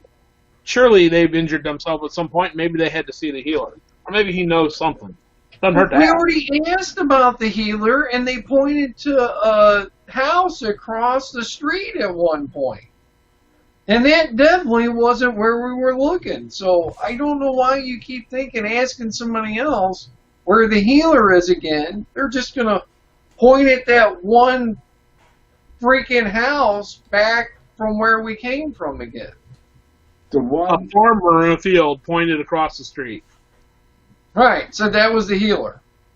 But that wasn't definitely what we were looking for. I agree, I think. But I still think it doesn't hurt to ask as we're walking by a place. If they say it's back there, we know that ain't it. well, the directions that we got, the little hidden path, I think there might be two different ones here. A regular person that deals with normal stuff, and then somebody that deals with extraordinary stuff. Or Well, that person definitely wasn't a healer, remember? you have a healer that heals people, and you have a healer that heals undead. And there are two different ways of going about that altogether. They do not work on the same premises. Well, since my brother contacted Declar, let's go ahead and continue like you said, and we should see it as soon as we walk out of here. If we don't, we can always come back and ask. Maybe we Well, approach you without it being you, and then he don't. I don't know. I just think something bad's gonna happen when you two see each other. I don't know why. It's a little ways outside of town, this place. It's not like inside of town. Yeah, I've never Can been we there just before. I don't go? know. Can we just go? Please, Garrett, give the order. Let's go. Yeah, let's go. So Volmer says, so we're staying? Oh. Yeah, the more we just get out here in the street, the more attention we start to attract. All right, so Ian and Volmir start heading up, and as they're walking, you hear Volmir turn to Ian and go, oh my God, that was so delicious. And Ian's like, I don't want to hear it. He's like, well, I'm just going to talk to myself then. And then whenever my fork passed down through the smoke, the fried salmon, it cut it like it was so soft and tender and flaky. And then I would put a little bit of the mashed. Who are you telling that to? Did you turn and look at Volmir and she's like, I'm talking to myself. Why? Why are you telling us what you did to eat? Why would you talk to yourself about how you ate your food? That doesn't seem normal. Is anything normal? Well, you're more unnormal today than normal. You're normally pretty quiet. Now you're talking about how you put your fork through some fish on a plate. I mean, are you trying to get to me and my brother? You know, we eat by sitting in the sun. That's how we get our nutrients. Forget about that. Sorry. Wow. Go cry in the river then. Fuck. Didn't want to hurt your feelings. I apologize so sincerely. Who's saying anything about hurt feelings? I'm just saying, why are you talking about how you It's all stuck over a your fork? face. Never mind. You never talk out loud about yourself to yourself. That's so unnatural of you. Sounds like you're trying to rub it in. You had some good food. I think she drank that weird ale. Is what got her. That very well could be. I wasn't there. I enjoy the sun. Gives me all I need. My health, my vitality, my liquids for the day, my food. She's like, yeah, rub it in. Oh, you can eat off the sun. You can do it, but I can't, huh? Okay, that's fine. What's up, son? Hey, Big I'm walking. good thing. It looked like a Teletubby, didn't it? The kiddos are there. Yeah, he said that earlier. You're listening to them through your headset? Huh? Listening to them through your headset? Well, it creates an echo if you don't, so. Yeah, that's fine. I don't care. I just hear you hamming it up out here Right. for the audience. Hey, Tom, tell him we can hear him, though. They can hear you because there's a microphone. Oh, I know they can. All right, Hey, you so start walking in slow-mo there for a moment. you guys continue on. You leave Slumbering the giant. outer perimeter of this new stone, and you think you're about halfway back to your parents' house when you see a stream. And at this stream, you see a log that has fallen down, or a tree that crosses the stream. All right, so I'm going to start looking very carefully. So, oh wait, we're supposed to go right? We're going to make a right. Okay, I'm sorry, we're going to make a left because it would have been a right coming the other way. So we're going to make a left after we pass the down tree and start looking from some natural looking steps that are made out of wood and have mushrooms on them that are very easy to miss. So I'm going to carefully start looking around for those. Well, you got to cross the stream first. Or you can stay on the other side and look and roll your observation. So I will look on this side, or I'll cross the stream. Wait. Okay, so the log is less than, it's only about 2 feet wide. So as you start to cross, you realize it will take some concentration. Hold on, wait. The instructions say another stream go right before the down tree. So there is nowhere. So it doesn't sound like we should cross the stream. Right? Who are you talking to? The group. I thought we had to cross the stream. Well, it says go right before the down tree to natural looking steps with mushrooms on the steps. That's the end part of the path, and the directions. And then I thought beforehand we had rights and streams across or something. Well, yeah, but We're on the other side of that now. That would have been if we were coming straight here from the other way, I believe.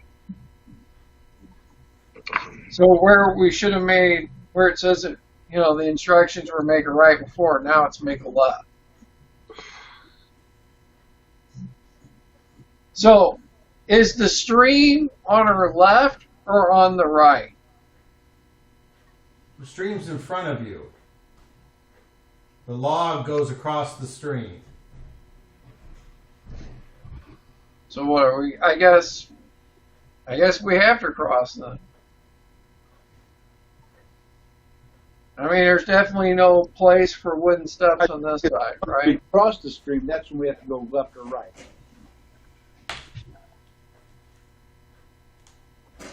Okay. Your guess on this is as good as mine. I don't know. Well, I that's what I'm saying. here have nothing to say. I'm looking around right now. Is there anywhere for steps to be around on this side that could be hidden? Is there a hill, steps that go up a Make me an hill? observation check.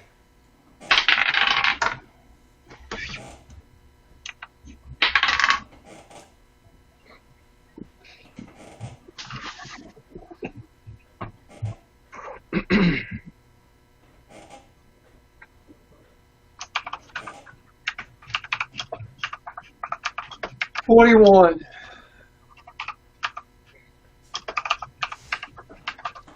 You look around and you are very sure that you don't see anything that matches that description. You just see like a sandy kind of beach that runs the length of both sides of the stream, and the trail or road that you've walked along, and the tree and the trail that continues on past it.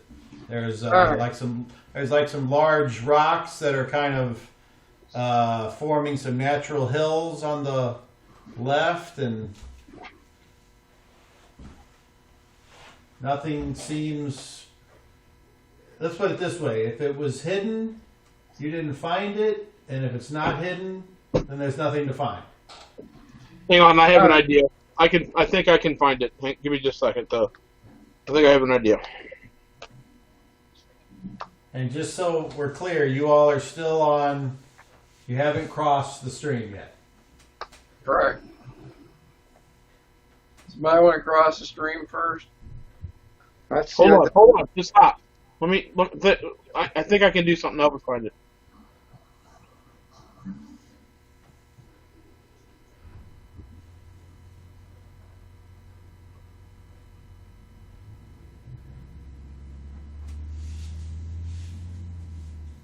Okay, so Cobb, I'm going to first do no direction. I'm successful. Just tell me which way is north.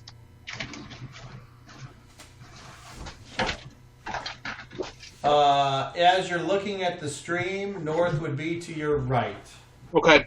Now the second thing, I point in this direction. I go, this is true north.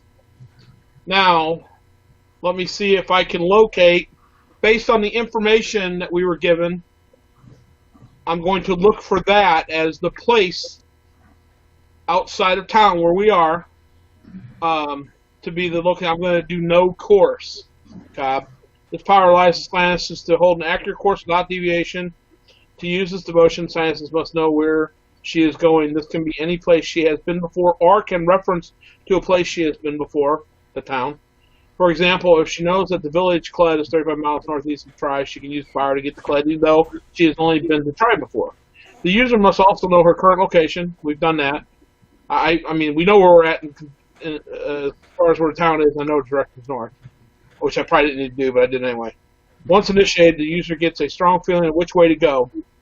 The user's direction bump continually updates as long as she maintains this power and she is certain to arrive at her destination eventually. So read the part again where it says you need to have seen it or something along those lines. What did it say? No. Okay, let me read it again. I know it's confusing, but I don't have to have been there. I just have to know that it's in the vicinity of a place I have been. Where okay? is that? It can be any place she has been before, or can reference to a place she has been. For example, if she knows that the village of Cled is 30... Here, let me put it to you in an even simpler term. If she knows that the healer's house is just outside of Newstead Village, she can use this power to get to Newstead, to the healer's house, even though she has only been to Newstead before. That is just replacing the other two words of the town, and it basically is this. Do you follow what I'm saying?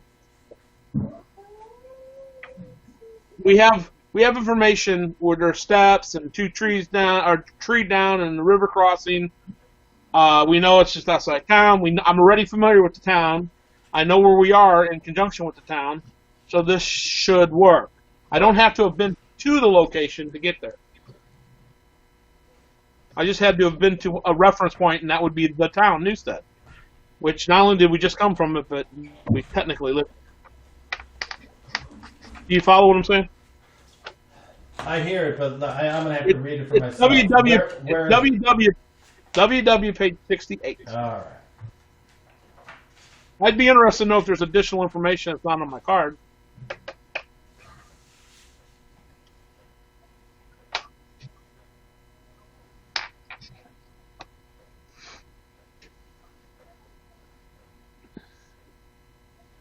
When you get to the example, just replace the town with Try and the healer's place with Cled. Or vice versa. I mean, it's the same thing. Yeah. Okay.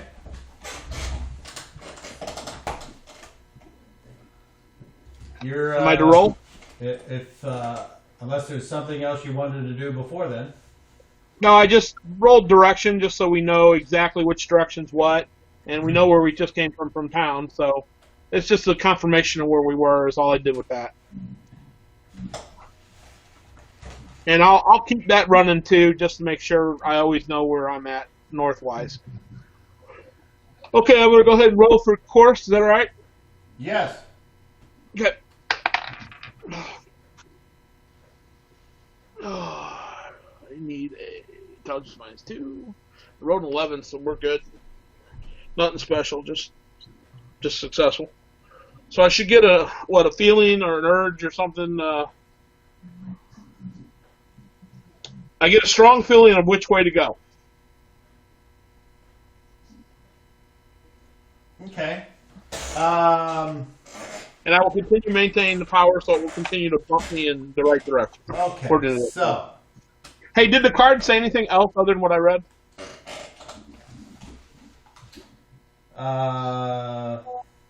But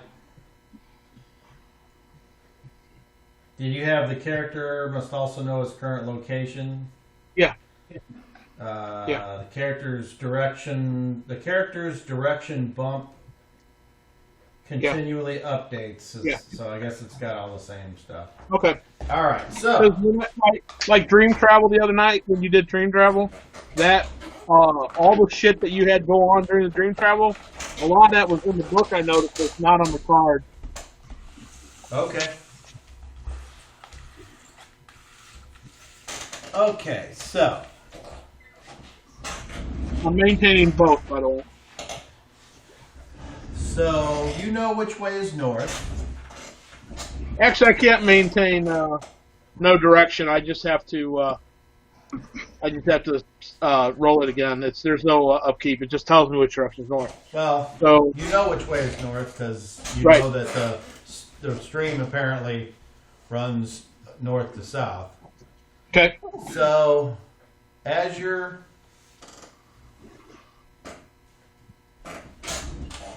you are standing there,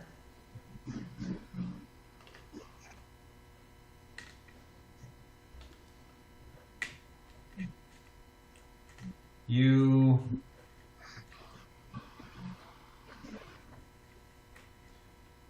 start to kind of home in on a pinging sound, or the feeling, I should say. Okay. And you get the feeling that if you were to go west, that it's the place that you're trying to go is between west and south.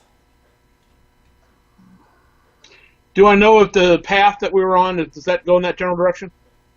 The path- path right now, if you were to look at it, you would know that the tree is going slightly north and not directly west, and the path kind of winds westerly, not in a straight line, so kind of like this.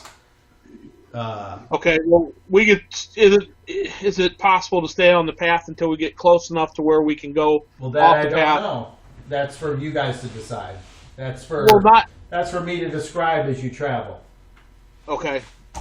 I hold my hand out in front of me, and as I move around, I point to that northwest area. I go, "It is in this direction where we seek." All right. I don't know. Hold on. You're. This is going to sound snarky, but I don't mean it this way. You're not intentionally misleading them, so you would point, you would point southwest. Southwest. Okay. I thought you Is said that north, across? that's fine. Is that across the log then? Well, the log is pointing. It's not pointing the way you came from, and the way that he's pointing is not pointing the way you came from. And since you don't have the direction sense that he has, that's the only way I can describe it, is that his pointing No. is to the I'm left asking. of... I'm asking Zero. Okay. Oh, I'm sorry. Ask again. I thought you were asking Cobb. I didn't answer you. Okay. No. I'm asking Zero. So is the way that you think we should go across the log? Right. That's what I started to say before when Cobb cut me off. When I'm pointing to the southwest and I'm going, it's this direction. And then what I was about to say was, I'm not sure where the path we were on intersects, or we would leave the path to find what I'm looking for. But I can tell you it's this direction. It's not that entirely far from here. And I don't know where that looks on the big map with the Hold river on. and all that. I'm going to try and set it up, so hold on. Okay. But that's the direction we got to go to where what we're looking for. I guarantee it.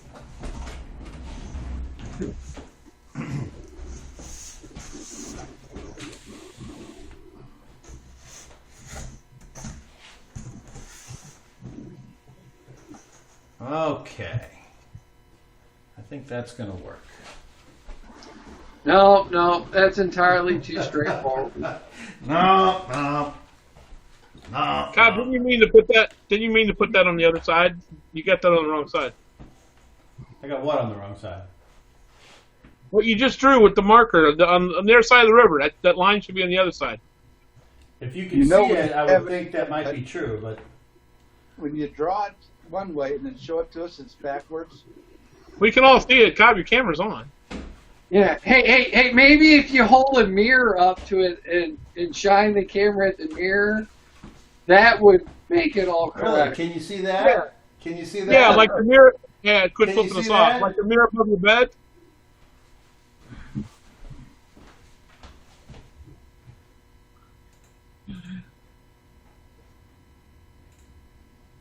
Oh,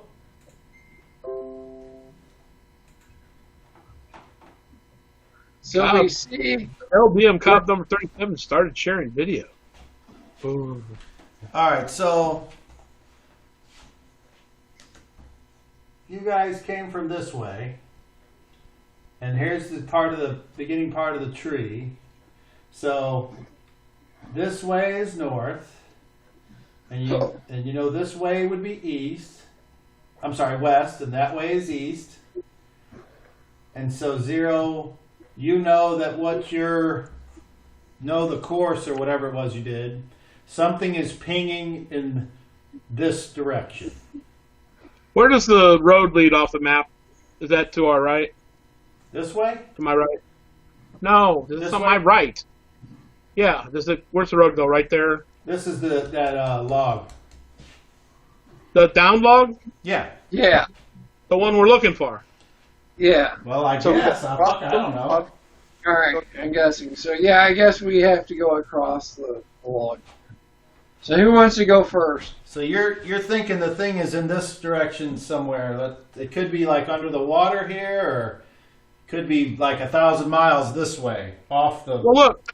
Why don't we just go around on the bridge and see where my direction tells me to go when we're on the other side of the water on that bridge over there? That is a bridge over there, isn't it, Kyle? It's a Or log. Is that a path around the rock? You talking about here? It's just a down log. Yes. That appears to be like a game trail going around these rocks. That's more the direction we need to go. I suggest we do that. No, you were pointing across the river. Cobb, put your finger back where I'm pointing.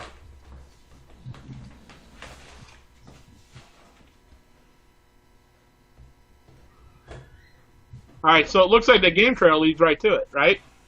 I mean, I can't see what's in front of me in the water because Cobb's got it covered, but... And you can't see No. over the rock there. They're a little too tall, but you assume that it's a game trail. The game trail seems to go around the edge of the water here towards the general direction we're trying to go. If we get over there and it's wrong, I'll know because I'm still going to be able to point us in the right direction. Let me ask this. On the other side of the little creek here, once you cross the log, is there a path on the other side? Yeah. Heading south? I don't know about path so much as it's like a sandy. If you've ever been on a stream, there's like that sand part where nothing grows. It's on both sides of the stream going north and south. So Is it heading southwest? the stream continues on, southwest. So it looks like we need to be on the other side of the river. I don't know. I can't see 5 feet from the edge of the water, so I don't know. I can't see what's over there, but sure, we need to go that direction. That's all I'm saying. We're crossing and let's go. All right, so we're letting Garrett cross first, right? Yes. I guess. I don't remember it saying cross a log, though, do you?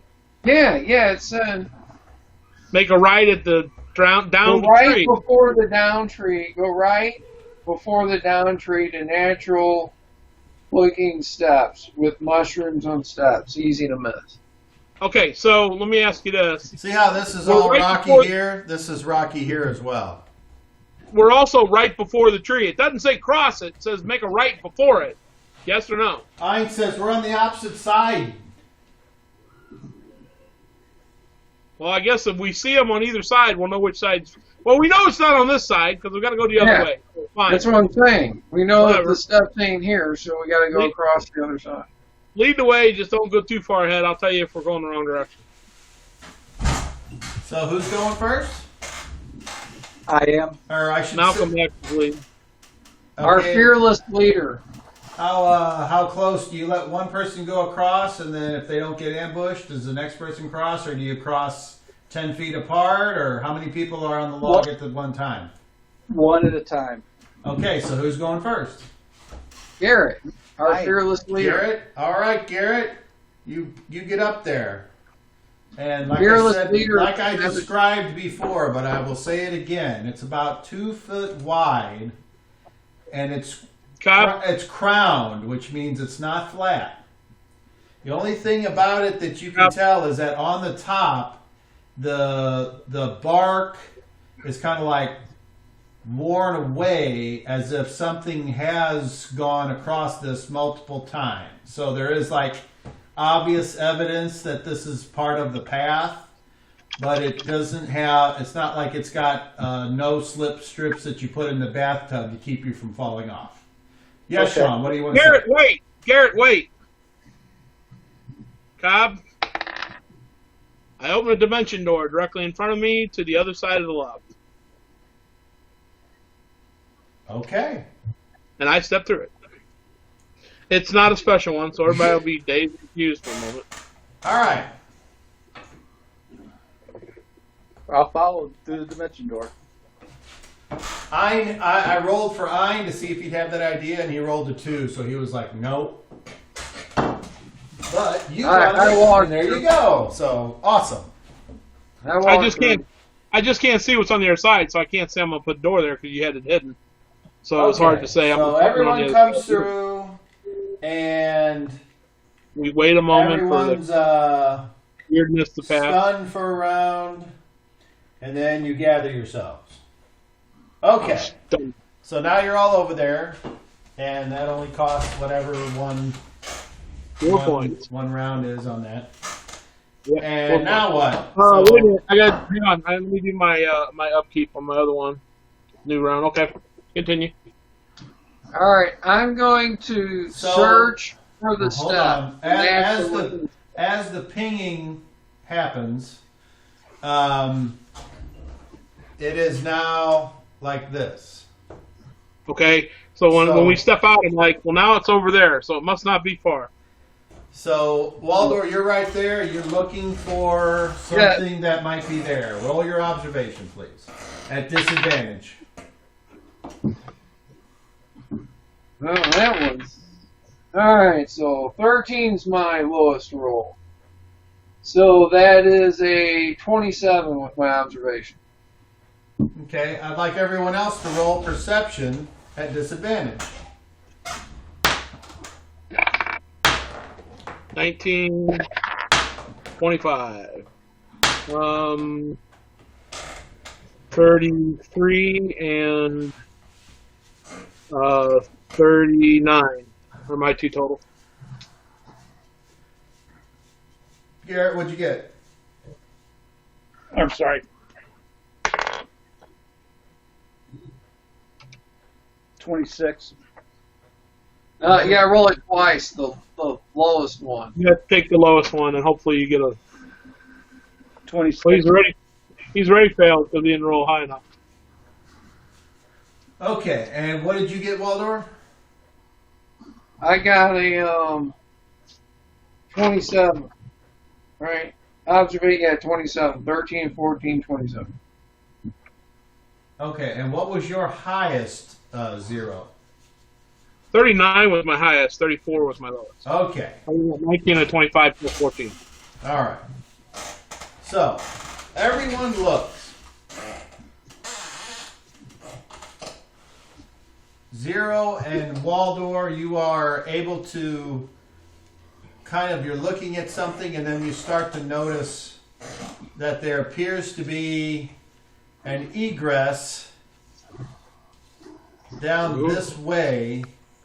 Something is leading into a shaded area and no one else seems to be able to see that. All they see is a wall. I point All right. I point in that direction and go, look right there. Isn't that an area to go in? Do you see it? I won't Yeah, go I- with you. Look right here. I need Garrett to roll me a D12. Oh, God, don't roll one. We're so close. 5. He rolled a 1. He said he got a 5. Okay. So, He's lying. He rolled a 1. See, he turned it around. It was a 1. All right.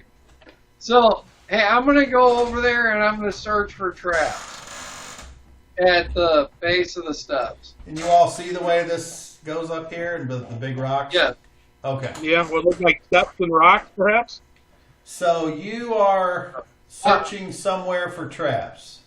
I'm going to search at the base right there for traps. While you go over there and begin preparing to search, does anyone else do anything I need to be aware of? I'm just looking around. I'm waiting for him to do what he's doing. All right. I'm not near the water though. I'm closer to the bottom of those that rocky stair though.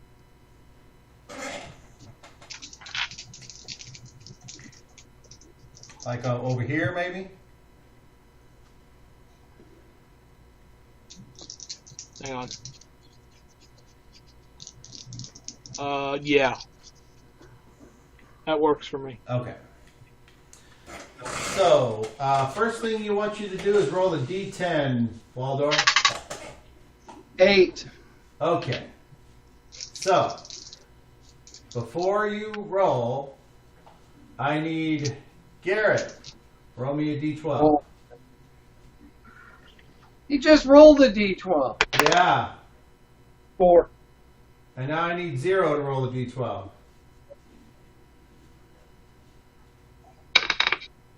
3. Uh-oh. We're getting closer. I need Garrett to roll a d12. Oh, come on. 11. I need 0 to roll a d12. Fuck. Cock die. Hang on. 7. Garrett, Looks like d12. 4. 0, d12. 2. 12. Sorry. Garrett, d12. Come on. 10. And last but not least, Waldor, you're almost finished completing your search. And 0, roll a d12. 7 again. All right, now Waldor, roll your find traps. 30 out of 75. All right. You're searching all along this area for anything. You don't find any tripwires. You don't find any poison darts. You don't find any pitfalls. But you do find hidden in the shadows right up here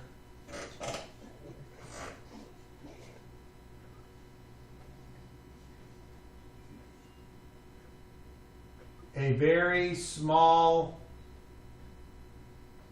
shellkin. Oh. A statue or a living shellkin? Well, considering that you have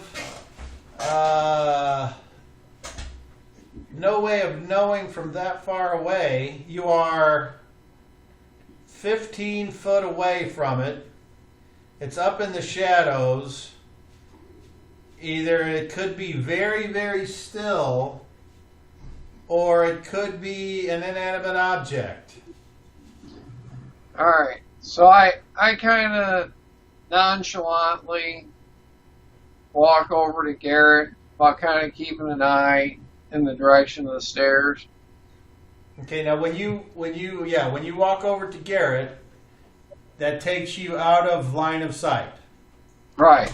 Okay. Hey, Garrett, quietly, very quietly, I say, but I'm going to say it loud so Garrett can hear me. Understood. Hey, Garrett, dude, Yeah. there's like a shellkin hidden up in the shadows up there. I can't tell if it's a statue or if it's fucking real. But, we can't really take the chance, right? Well, do we think it's maybe a guide like it has been in the other areas? We've never had one that was a problem. No, they directed us where to go. Yeah, so he's probably working for whoever. Go. I walk up the stairs. Oh, I didn't see any traps either. I walk up the stairs. Okay. How far do you go? Toward, I guess I don't see this choking yet, correct? You just walk up the stairs, I'm looking. Make a perception check. I didn't hear you. Make a perception check. I heard you. 29. Nope. I mean, I didn't roll over. You walk up here, and you haven't put your, like, you just start to put a foot up on this step here, and you look and you don't see anything up there. It's Okay. you just go ahead and go up to the top, or do you? I take another step up. I step up one more step. Okay. And then, not seeing anything, I said, we're here to see the healer. We've been sent. I take another step up. Hello. You might be expecting us. From the shadows, roll a d10. Me? Yep. Well, 1. From the shadows.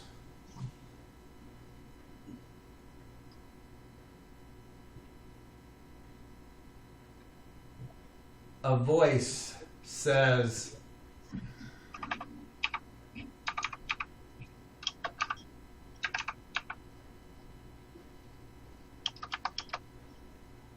"This healer works for a very specific clientele. And Prime Declar sent us. Prime Declar sent us to see him. The matter is rather urgent. This healer accepts a very specific form of payment.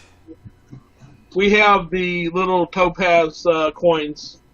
We were told that you would be able to trade us what we need, among other things that we could use here. We brought them with us. Show me.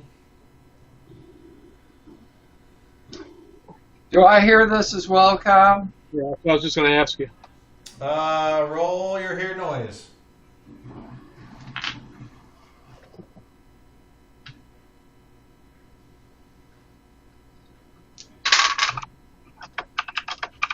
$18 out of 25. Then yes, you do. Waldor, come up here and show him the coins. We need to show him them. I heard Okay. early. So I walk over there and I pull out the one coin I had readied earlier. And I hold it up in front of me.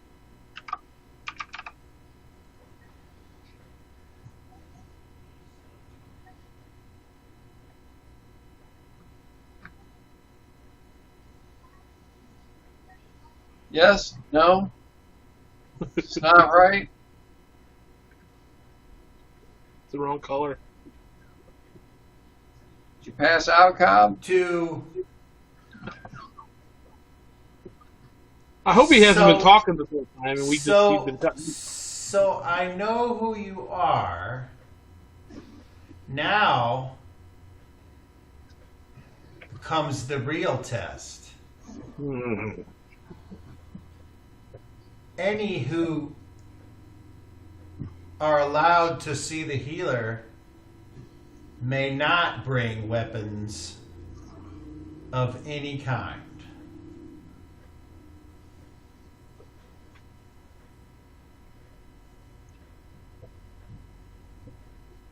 I need a couple people to stay behind while we take care of this. Brother, would you mind staying with Volmir, and you can be in touch with me if you need to be. And hold my bow. Are you coming with me, Garrett, or are you staying here? Let's see what his response is. Garrett should go. Ein says, well, I don't have mine yet, so why don't I go and you stay? Because I'm here playing tonight and you're not. That's a very reasonable request.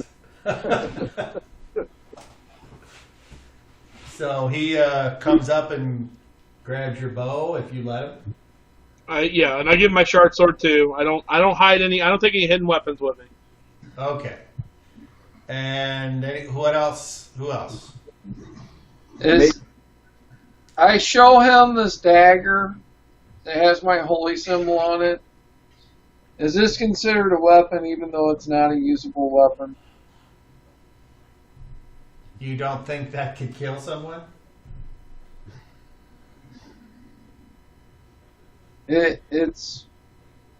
I'm asking you. You consider it a weapon even though it's not intended as a weapon. It's not weapon quality. The double speak of the black and white, you make your own decision. And if you choose wrong, you suffer the consequences. Alright, so Mind. I put the dagger down. I put all my other daggers down. So you see me going through my boots and from my back, and I put down, was it 8 daggers, I believe? God. I put down my 24. short sword, and I put down, though it's not opened up, the snap short bow that I have, the quick snap short bow. The small siege engine. And what about the arrows? Oh, all right. I put the arrows down too. Okay. Anybody else? I heard Garrett say yes. Uh-huh. And do you remove all of your weapons? I take my short sword and my dagger, stick them in the ground. I lay my shield down. I release Skin Piercer and tell him to run cover and fly.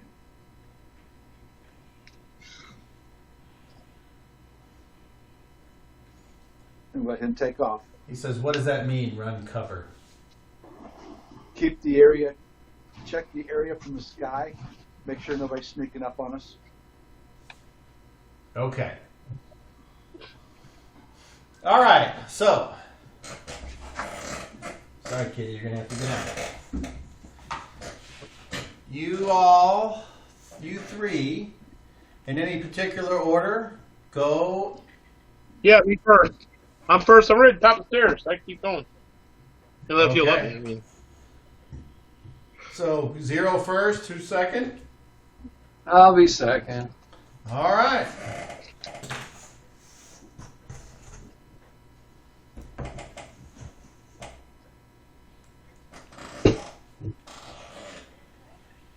You walk up those steps, and you can see that you're totally surrounded and blocked from the outside by these rock formations.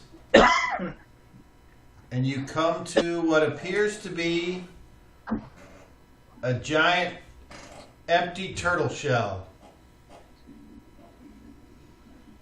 spanning some 20 foot across and probably 15 feet tall. And where the turtle's head and legs would be sticking out, only where the head sticks out appears to be able to be moved into. I And approach that, and I step in.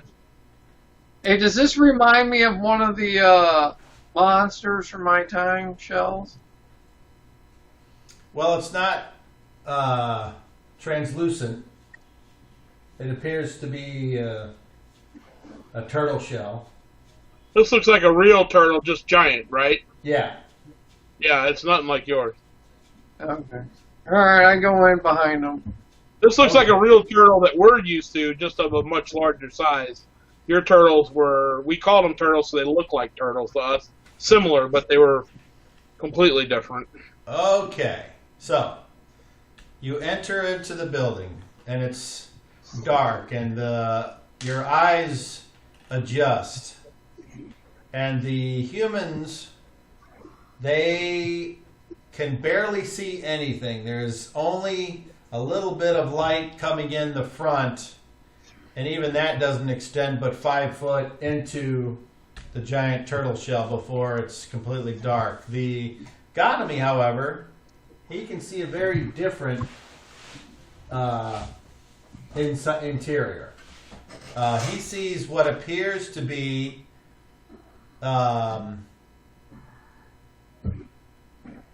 a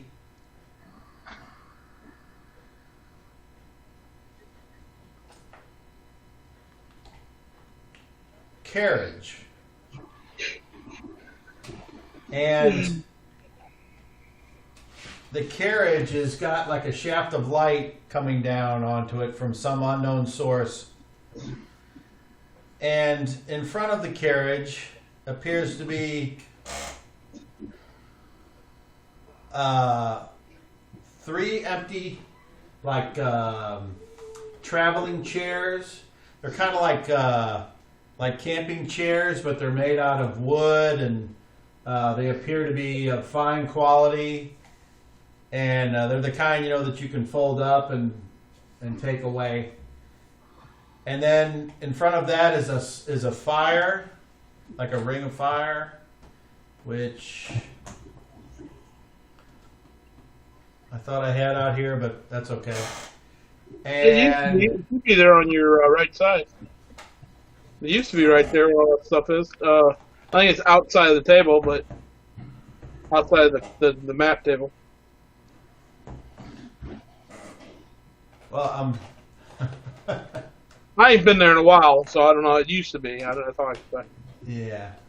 And then there's a goat that is tethered next to the carriage, and then behind the fire sits a woman, appearing to be of older age, appearing to be human, with white hair that comes out from underneath a pink and blue colored head wrap, either a scarf or a bandana.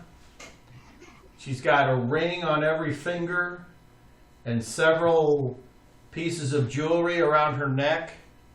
She has flowing, loose-fitting clothes that end in these big wizard sleeve type endings of her sleeves. She appears to have on a dress, but not like a fancy dress, like a peasant woman's dress, tied at the waist with a thin rope. And then her feet have sandals on, and you notice that a toe on her right foot has a ring on it as well, of some unknown property, whether it's some type of glinting metal or mineral. And she smiles, and she says, "Come closer so I may see you." I do. I come slowly closer, looking at her steps. I don't move slow. I move at a normal pace. I ask if I may sit and parlay with her. "Please, all of you, make yourselves comfortable." I do. In the middle, the chair on the left, as we approach. I'll sit in the chair in the middle, Oh, that's the wrong monkey. and I'll cross my legs in it. Is it human sized or is it my size? It appears to be a little big for you, but that's okay. All right, I'll sit Indian style in She it. says, "Oh, where are my manners?" And she gets up and goes into the wagon carriage, and then comes out with like a step, and she puts it under your feet so you can sit and your feet don't dangle. And she says, thank you for coming to me in the fashion which I request. Do you seek healing? No. No. We were sent by Prime Declar. We are supposed to receive potions that will allow us to be traveled to the Vampire King and help keep us under his protection while these potions are active. In addition to that, we were told you might have items that would also help us on our journey that we might be able to purchase from you with our unique coins of the dead. Well, if everything you say is true, then my answer is yes. So my first question is, why do you seek to enter the lands of the Vampire King? The Vampire King, we have we have the same mission, and he has sought our help and wants to meet with us, and we are here looking for something he has. Hopefully, in helping him, we will gain this item to help us in our land.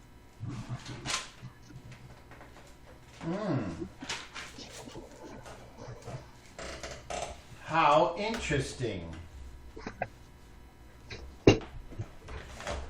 There was another, but I did not like him. He look like me? No. He looked more like you, and he points to Garrett, and she points to Garrett.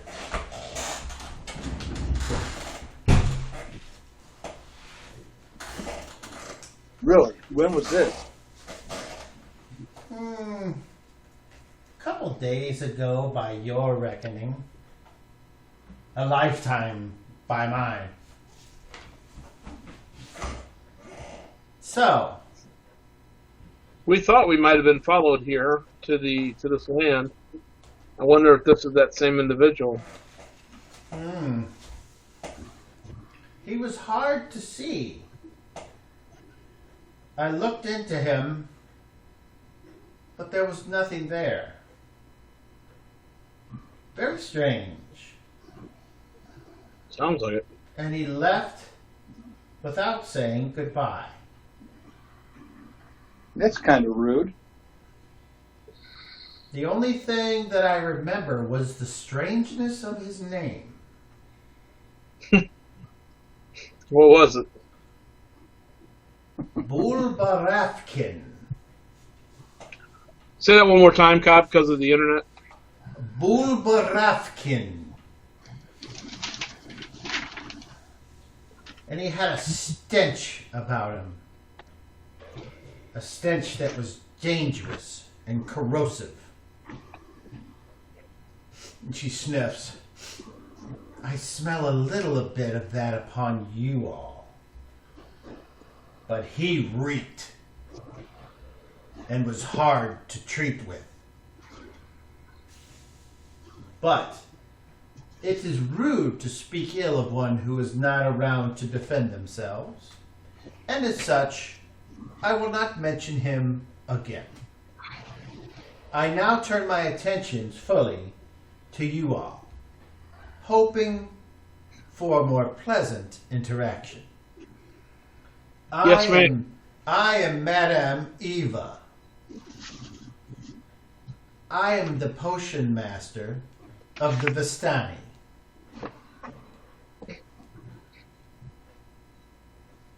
I am well aware of the Vampire King, for he is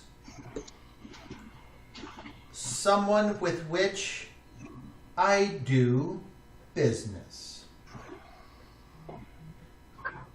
So yes, if you buy what I have to sell, you will be able to travel to Barovia.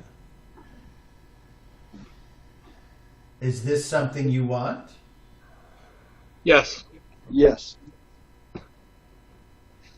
Just before we get into any of the negotiations, I know that my assistant is normally very astute at verifying the currency. But just to put me at total ease, may I see it? And she extends this long, thin hand. And it kind of reaches out over the fire, and you would think it would be burning her, but she doesn't seem to notice. I put one of those coins in her hand. Okay. Make me a dexterity check, please. Great. 21. 21. Okay, your hand gets really, really hot really quickly, but you manage to drop the coin in her hand and pull your hand back. And you're like, oh! No damage. She looks at the coin, and in the glint from the fire, and in her dull gray eyes, you notice a hint of satisfaction, maybe, or recognition, or something. She pulls a strand of hair out of her face and pulls it behind her ear, and she holds the coin, and she kind of tosses it back over the fire to you, I grab it. Waldor.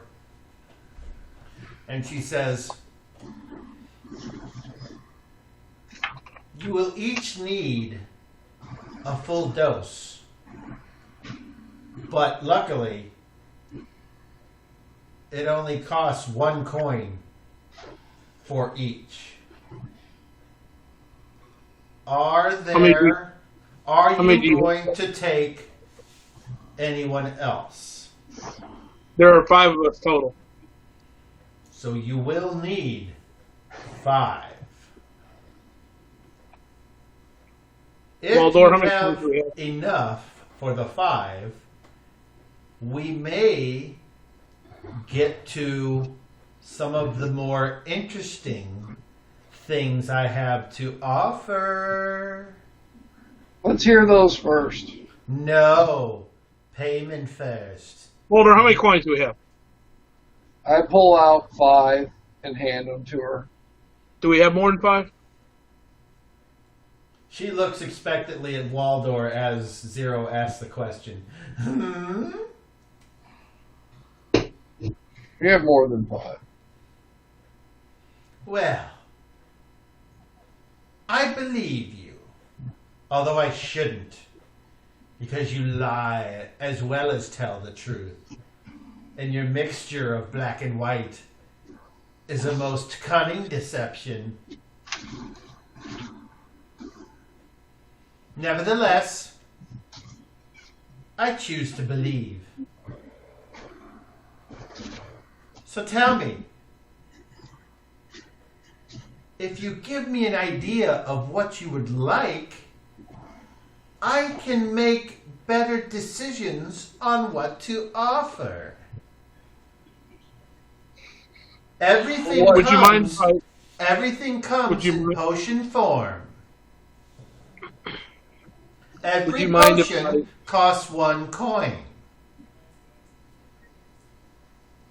Go ahead. Would you mind if I got something out of my bag to show you? If you were me, would you mind? No? Then please do so. Actually, you know what? I think, Waldor, do you have the potions? No, I have 1. Oh, I I thought have you the had one point. to look at. I have one I have the jar of poison because you didn't want it on you. Okay. I pull out the other jars that I have, and I say, we believe these to be potions, and we don't know what they are. She says, "Oh yes, Is those it were possible? mine." Is it possible you could also help us to know what they are so that we may use them in the proper situation? Which would be nothing for someone of your intelligence and candor. You would be. It would be a simple matter for one of such exquisite beauty. True, but what's it worth to you? I let you you pay me for telling you what those are, what you think that information is worth. Since we already own them, how about one coin? No. You tell us what they all are. How about, since we're going to spend many coins, you tell us what they are, since we're going to spend a lot of money here anyway. Not the way to negotiate. Please, don't argue. We were having such a lovely time. I would like both of you to make charisma checks, please.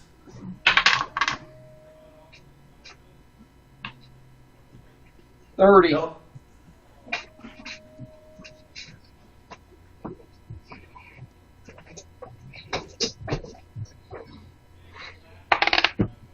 Natural 20. 36. Nice. Roll again. Oh. 19. You need that added to my charisma as well? Yes. 35. Okay, so she looks at 0 and she's like, I like you. I like you. Let's go with what you offered. 1 coin for each potion that I tell you what it is. No. 1 potion. You tell me what all of ours are, because we already own them. For 1 coin per potion, I could be buying them from you. So there's no way it would have that value attached to it. I already own the potions. A simple coin for your awesome knowledge. Oh, please, don't. You had me at potion. So, what would you like to do first? Find out what these are. We've had them long enough. Bring them to me, my pretty. I'll stand up and walk them over to her. Okay, and when you get over to her, she has a smell. Roll a D20. A 3.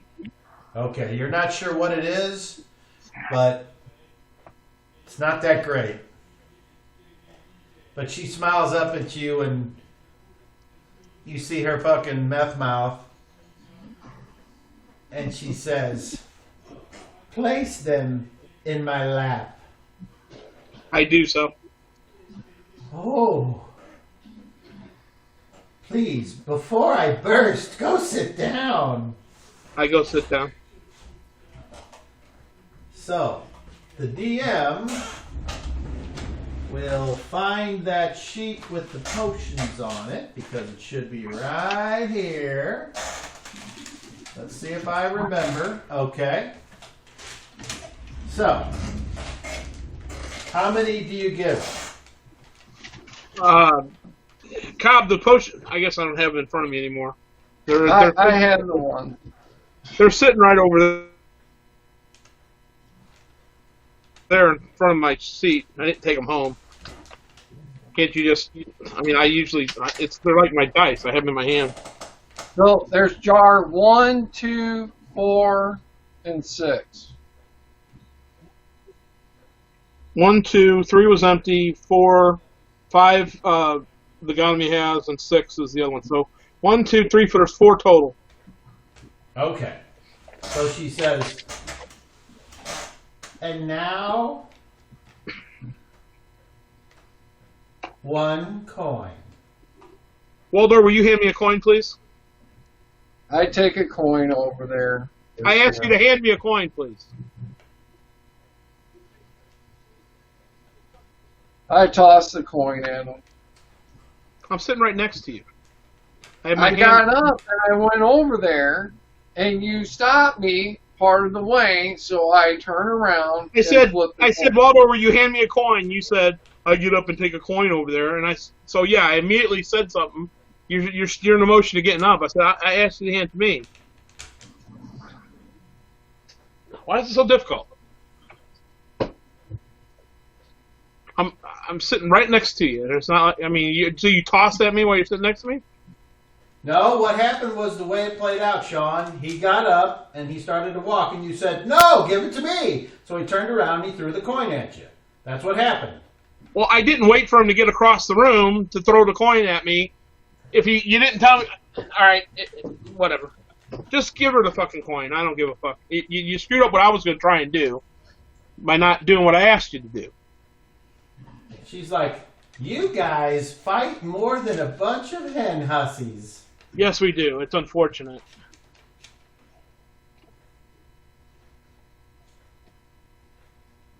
One coin, please. So I grab the coin wherever it lands, walk over there. Then I point. Hold on, Dan. Yeah. Wait, you threw the coin. Sean, you're not doing that. Nope, not that kind of game anymore. Sorry, it's leading to that. Continue. You may have to quit then if you don't like it. I said please continue. I'm fine. Just continue, please. All right. You know where the aggravation is coming from. It's clear. So just I'll chill out.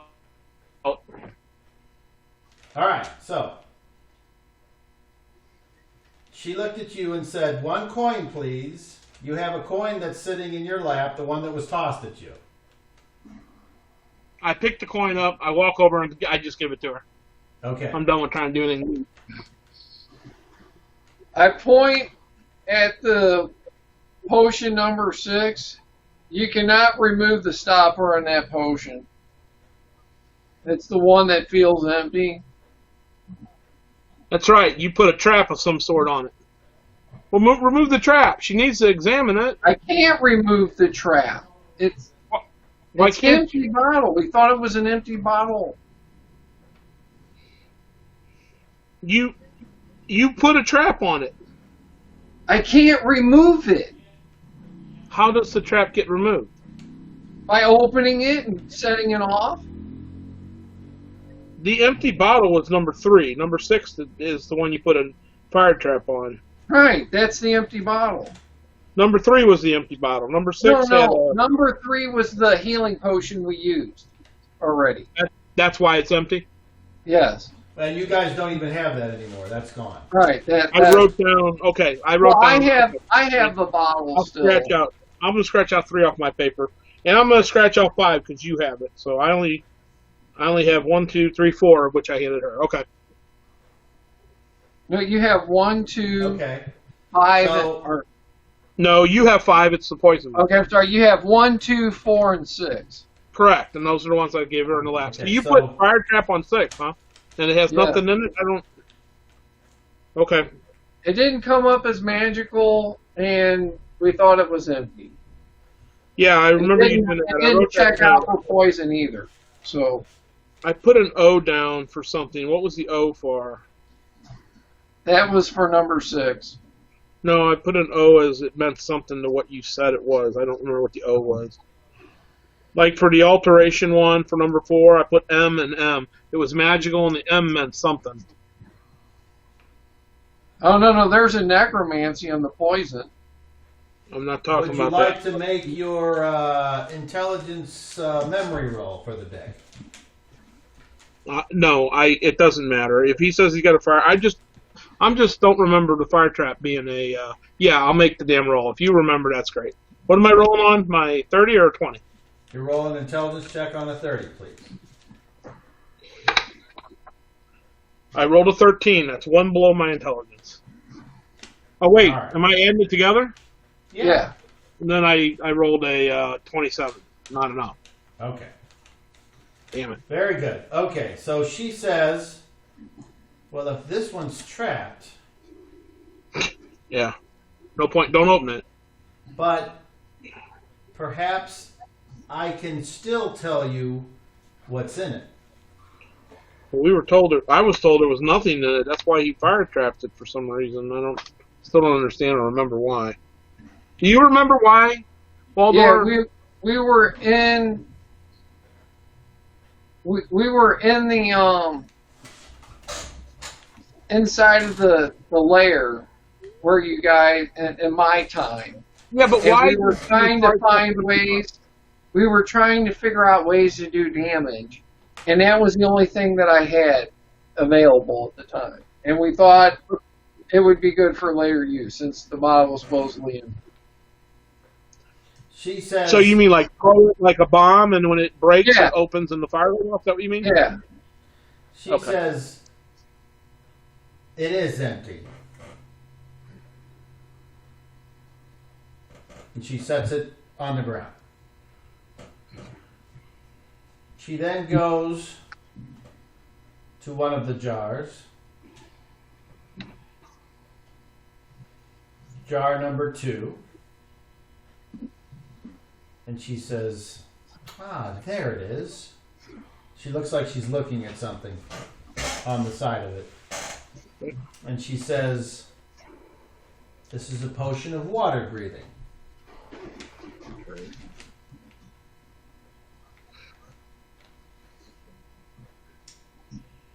Apparently, whoever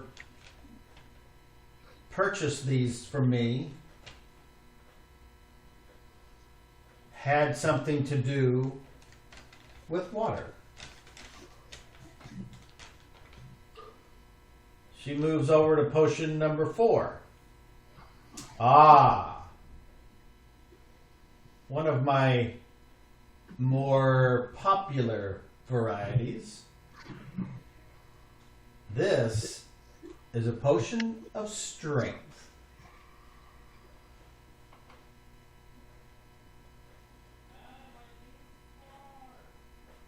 Okay. And then she goes to bottle number 1, or clay jar, I should say.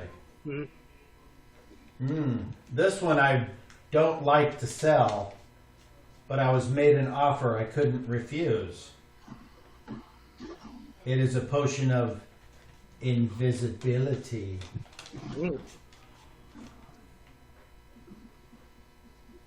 I walk over with the jar I have. In this one,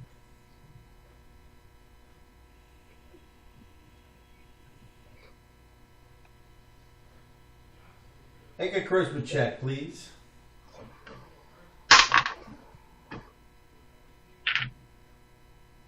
$26.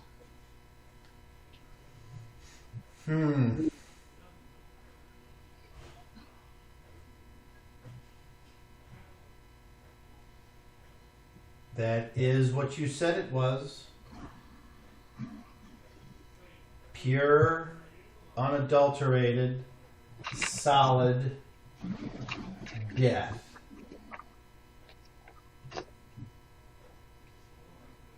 Don't ask me how I put that in there. Because if I told you, you wouldn't believe me.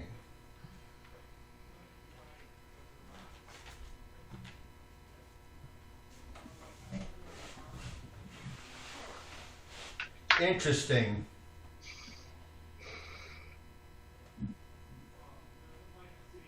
It's almost as if you only need 4 potions now.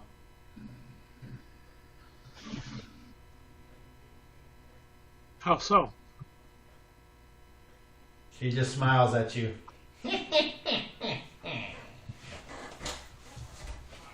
You may be cute, but I'm not giving away things for free. How much would that cost us? For you, double. For him, a kiss.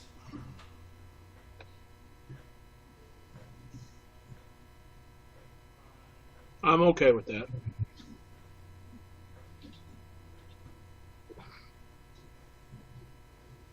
So, Let me ask you a question, Eva.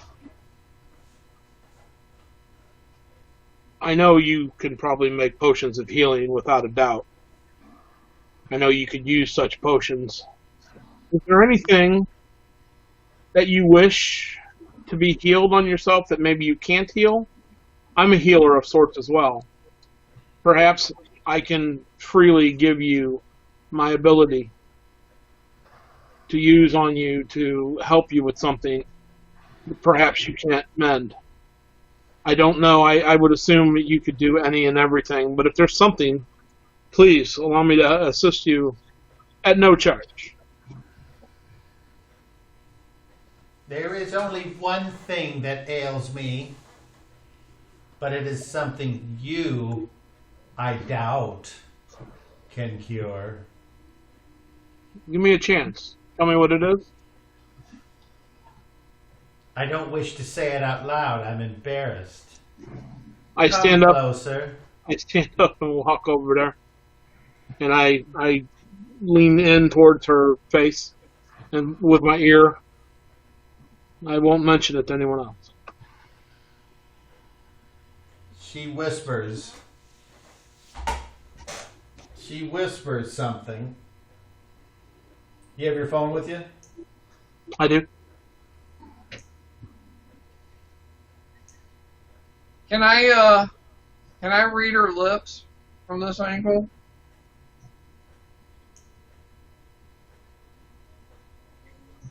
Make me a read lips check with disadvantage.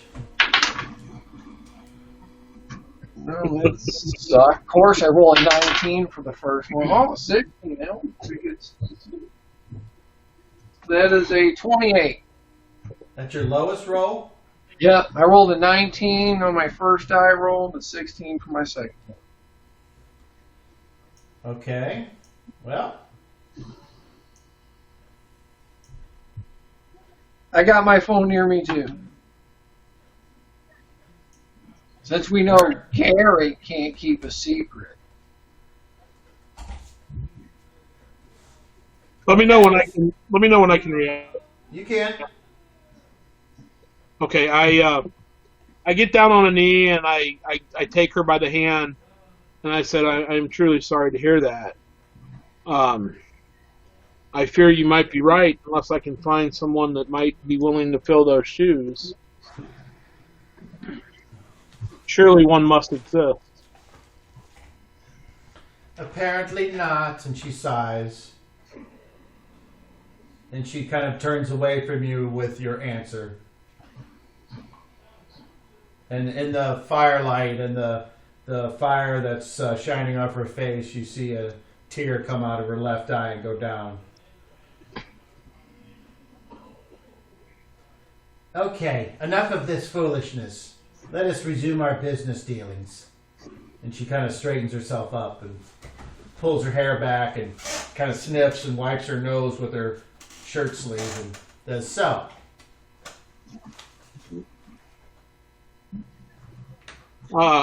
Regarding potions we would like,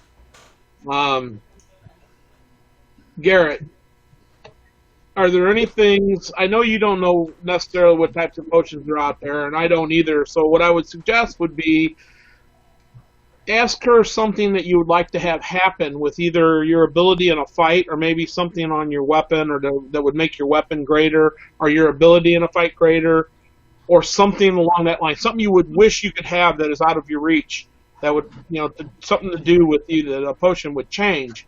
And maybe she could suggest something. I'm sure she's all-knowing of everything that exists out there. Well, my big thing was after getting beaten and bruised to the point of death almost, there would be a potion of healing that would bring me all the way back up in the middle of a fight. Well, I can do the same thing. I think a potion of healing would be a waste.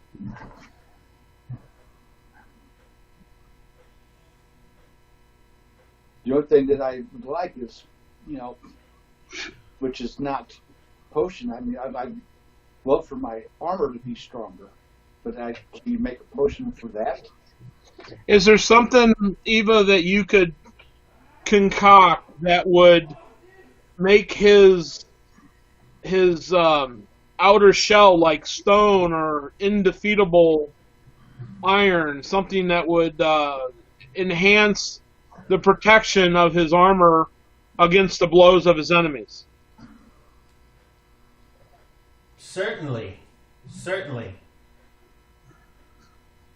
You seek to be better protected? Yes.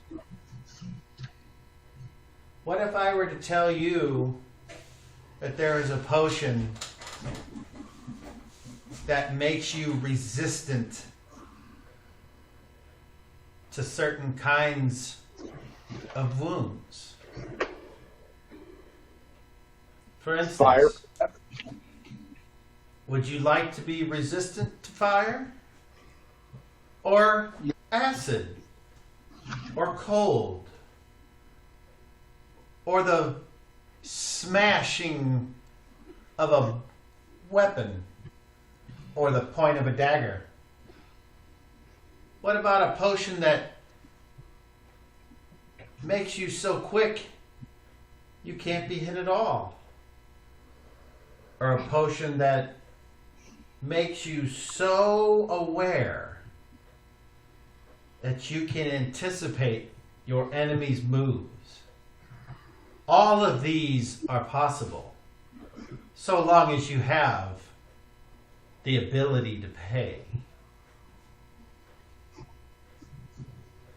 Okay. There are potions that can cause you to see into other planes of existence, to travel in the sky like a bird, to be able to understand any language in any form. All of these are possible if you can pay. Zero, you know what I'm thinking of? What? Resistance to that dragon.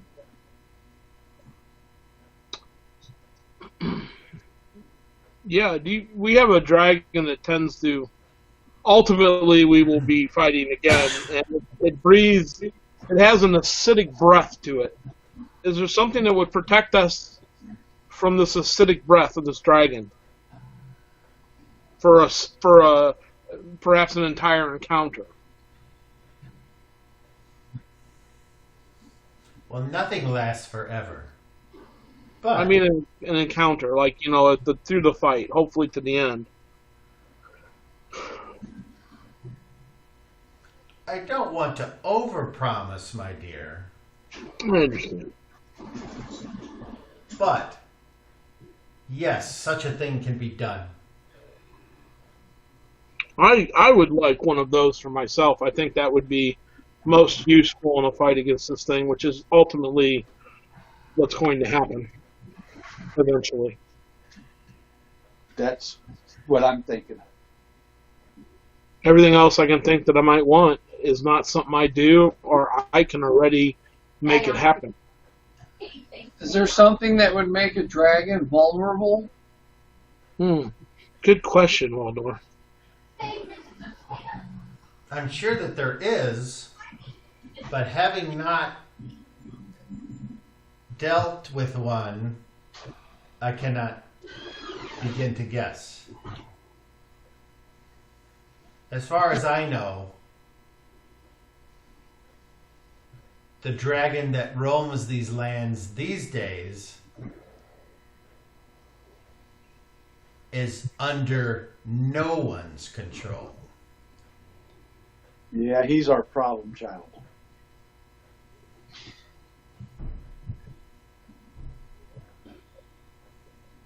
So, Shall we sit here and enjoy the glow of the fire? We may for as long as you would like. You wouldn't have any magical items for sale, would you? Or is everything just potion?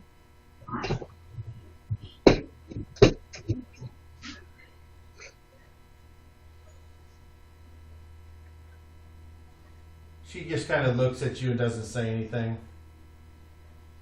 She's the great potion master. I still think the best option is protection against that dragon's breath.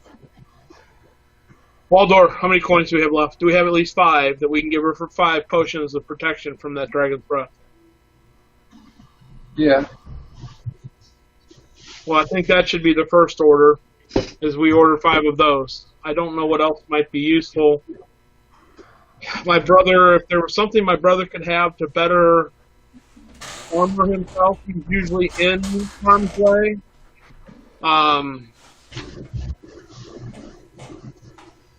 Volmir is an expert with a bow. Is there something that might enhance her arrows in some manner to whatever, to better hit, to better damage, to better, I don't know. There are such things, but you must be... Are there any that terminate pregnancies? Certainly. Ooh, Garrett, that's a cruel one, but should we get one of those? No. Might solve some problems. They'd probably come out and kick our ass anyway. Probably.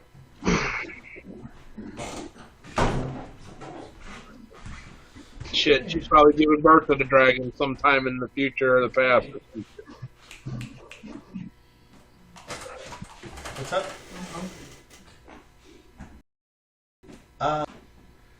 Well, we're going to be quitting at 9, so can you wait 20 minutes? I can wait. Okay. You can have, what about the popcorn? Nah, I'm good for now. But if you want something more substantial, you're going to have to wait. Yeah. What are you waiting on? All right, so she's looking at you all having your little discussion there. What, Waldor, how many coins do you have?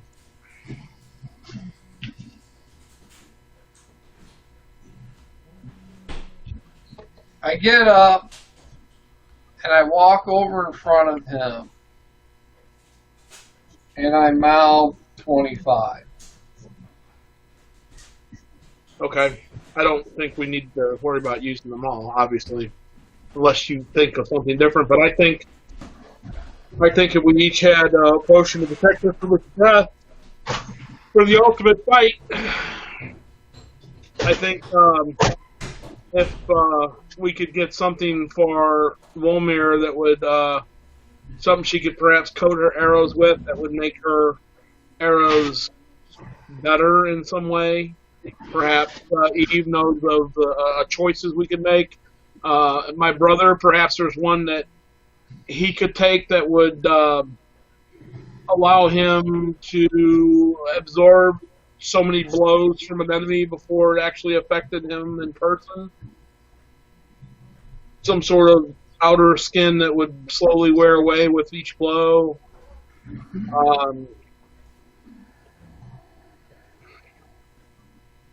I mean, I don't necessarily think we need it, but I would ask perhaps for some greater healing potions that I could administer in times of Waldar, you and I both being unable to render the care that are needed. Our battles are getting much tougher and are taking longer to heal from. Perhaps if we get into such a situation in the future, we can be prepared with something like that.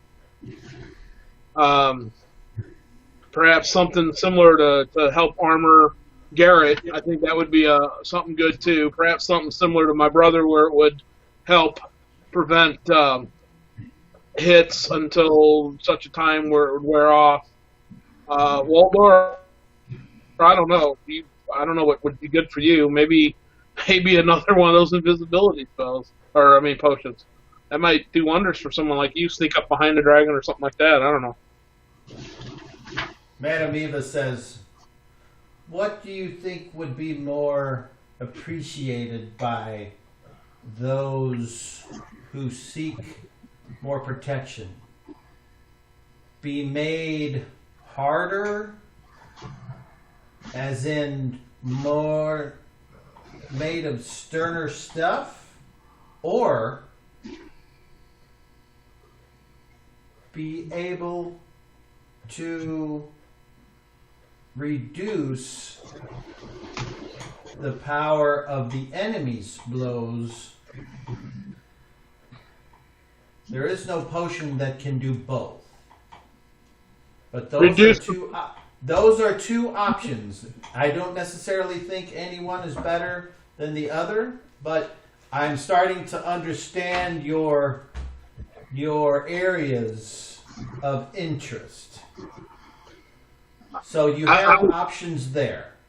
Also, I would think a potion of resistance to the dragon's breath most certainly can be made. Or would you prefer a potion that would cause you to be able to avoid more of the damage? What that means is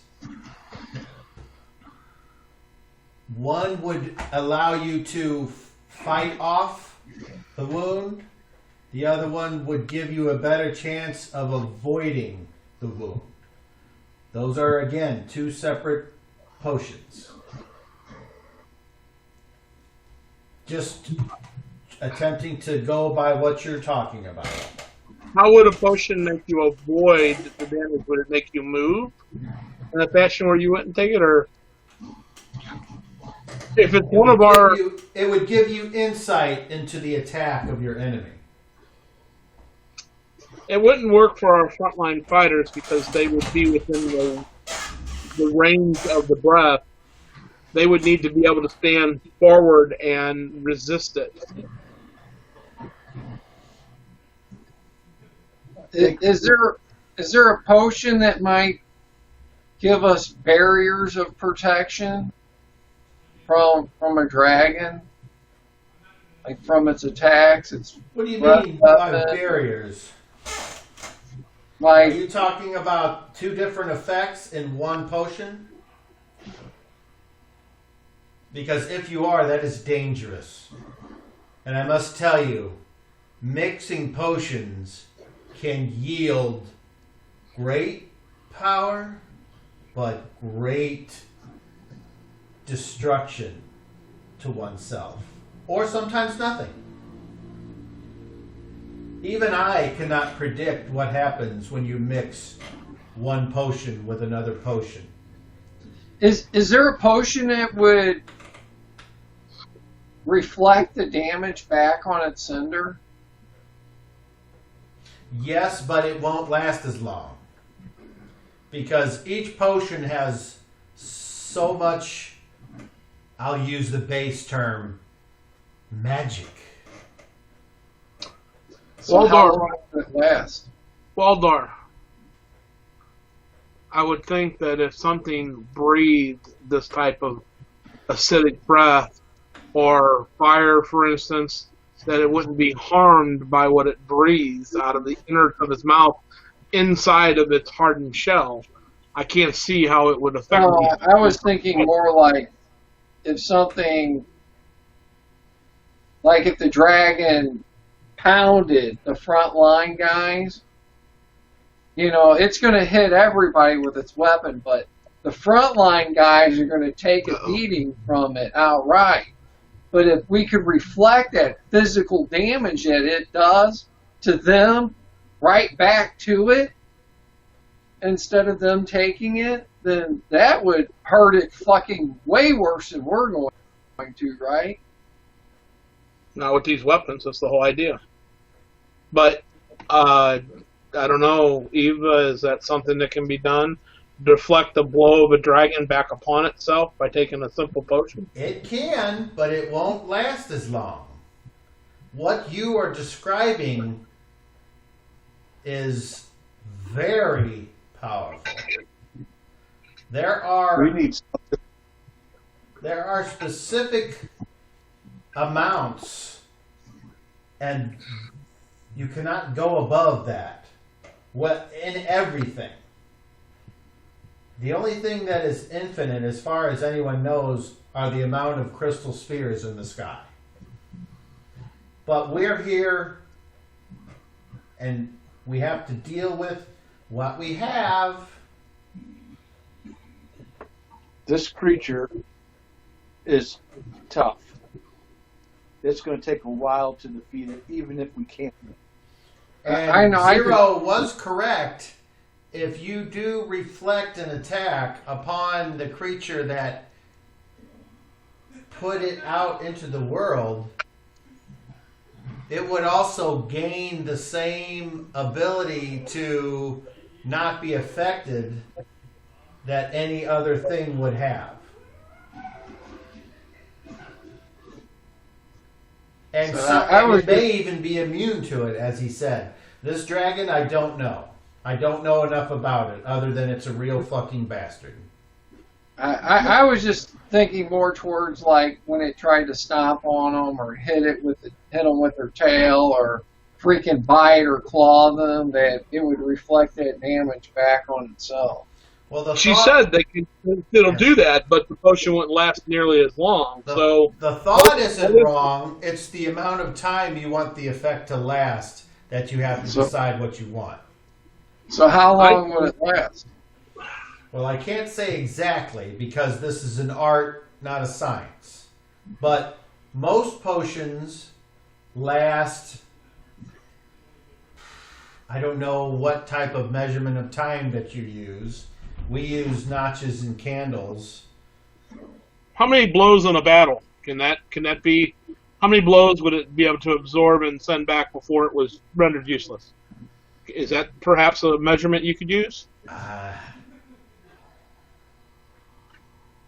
It's not. I don't. It's not like how many drinks of ale can you get from a pitcher. It doesn't work that way. Because each cup or each drink is about the same, but what you're talking about has so many. Who's to say what wound will kill and what will merely hurt? It's okay. So I think what might be best is we get, unless the frontline fighters want something different, they get something that protects them from blows, not necessarily sending it back on the other creature. Let it last longer for them while they make the blows with these items we acquire. That should be enough to kill it, but we need to protect ourselves while they're there. Give them something that makes their their skin like stone against a blow from any creature or anything. I know it won't last forever. Maybe it only lasts 5 blows, 10 blows, something like that, depending on, I guess, how heavy the blow is. But at least that protects them from being extremely damaged while they're up front doing their best to kill it or damage it. So is there something that will turn their skin to like magic steel or the magic metals of the elves?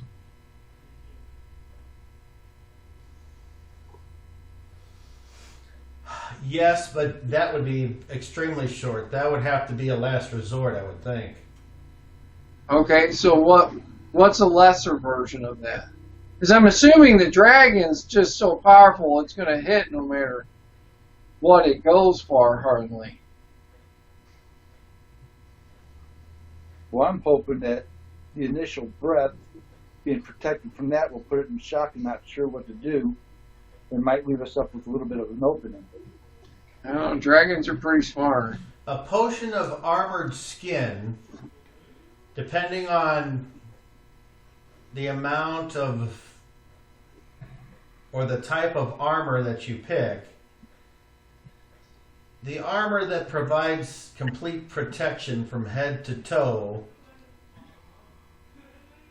might last but a few blows. The armor that, or the potion that protects you as if you were wearing what you have on now, pointing to Garrett, will last longer. What he's wearing now doesn't protect him from blows from this dragon so far. I mean, it's really only breathed on us, but good lord, that's enough to take us all out. We definitely need the potion to protect us from its breath. Let me ask you, at the same point, if we get one of those and we're planning to fight the dragon, what if we took 2 potions together? Not at the exact same time. Like take one and then one a few moments later. What do you think that? How much time between potions? If we can only take 1 potion, then we got to decide which one's the better deal. I will give you this little bit of information for free. You will know right before the magic of the potion is gone. So you don't. It doesn't matter until one's gone. Don't take another. I don't recommend it. Only if you thought that. No, that's more than enough information right there. Smart. I cannot say for certain. I only know when you mix potions, anything can happen. Can you give us a potion that'll mimic a spell? Yes. And obviously the spells that require less or produce less last longer. The spells that require more or produce more last the shortest. Do you have a potion that might be in the form of an oil or a substance that you would coat a weapon with, or perhaps an arrow or several arrows that would stay on them until they're used, that might gain the user the ability to hit something better, like they're sharper, it might penetrate the enemy's armor better, maybe they burst into flame in the air. I don't know what's available. What is something that could be done? But you get my idea. Something that can be put on the bunch of arrows, and then when the arrows are used, similar to the poison. You put poison on an arrow and use the arrow at some point, and if it hits its target, it poisons the target. Is there something that might make these arrows? I don't know what's available out there. You follow it. Any potion I make has to be ingested. How about? Okay. Well, you don't have anything for weapon specific. Okay. How about a potion that would let me call forth giant magical ice spears that would rain down in an area on the? Good lord. That would certainly be a powerful potion, and yes. You are talking about something very powerful, and once ingested, it would need to be released within a certain amount of time, or it just fades away.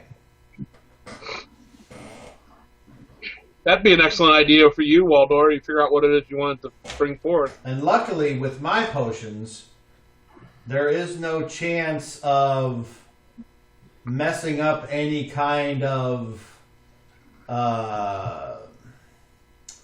there's a better word for it, but I'm going to say the calling of the magic. So you just have to think about what you want to happen, and as long as that potion is that is what will happen.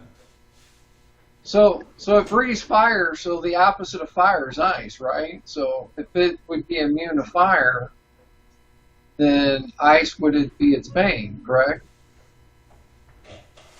The breath of this dragon I is. don't know. It sounds to me like you guys have had. Uh-oh. Everyone's stopped. Let's hope we get a restart here in a second. I don't know if you guys are talking or can hear me, but right now you stopped.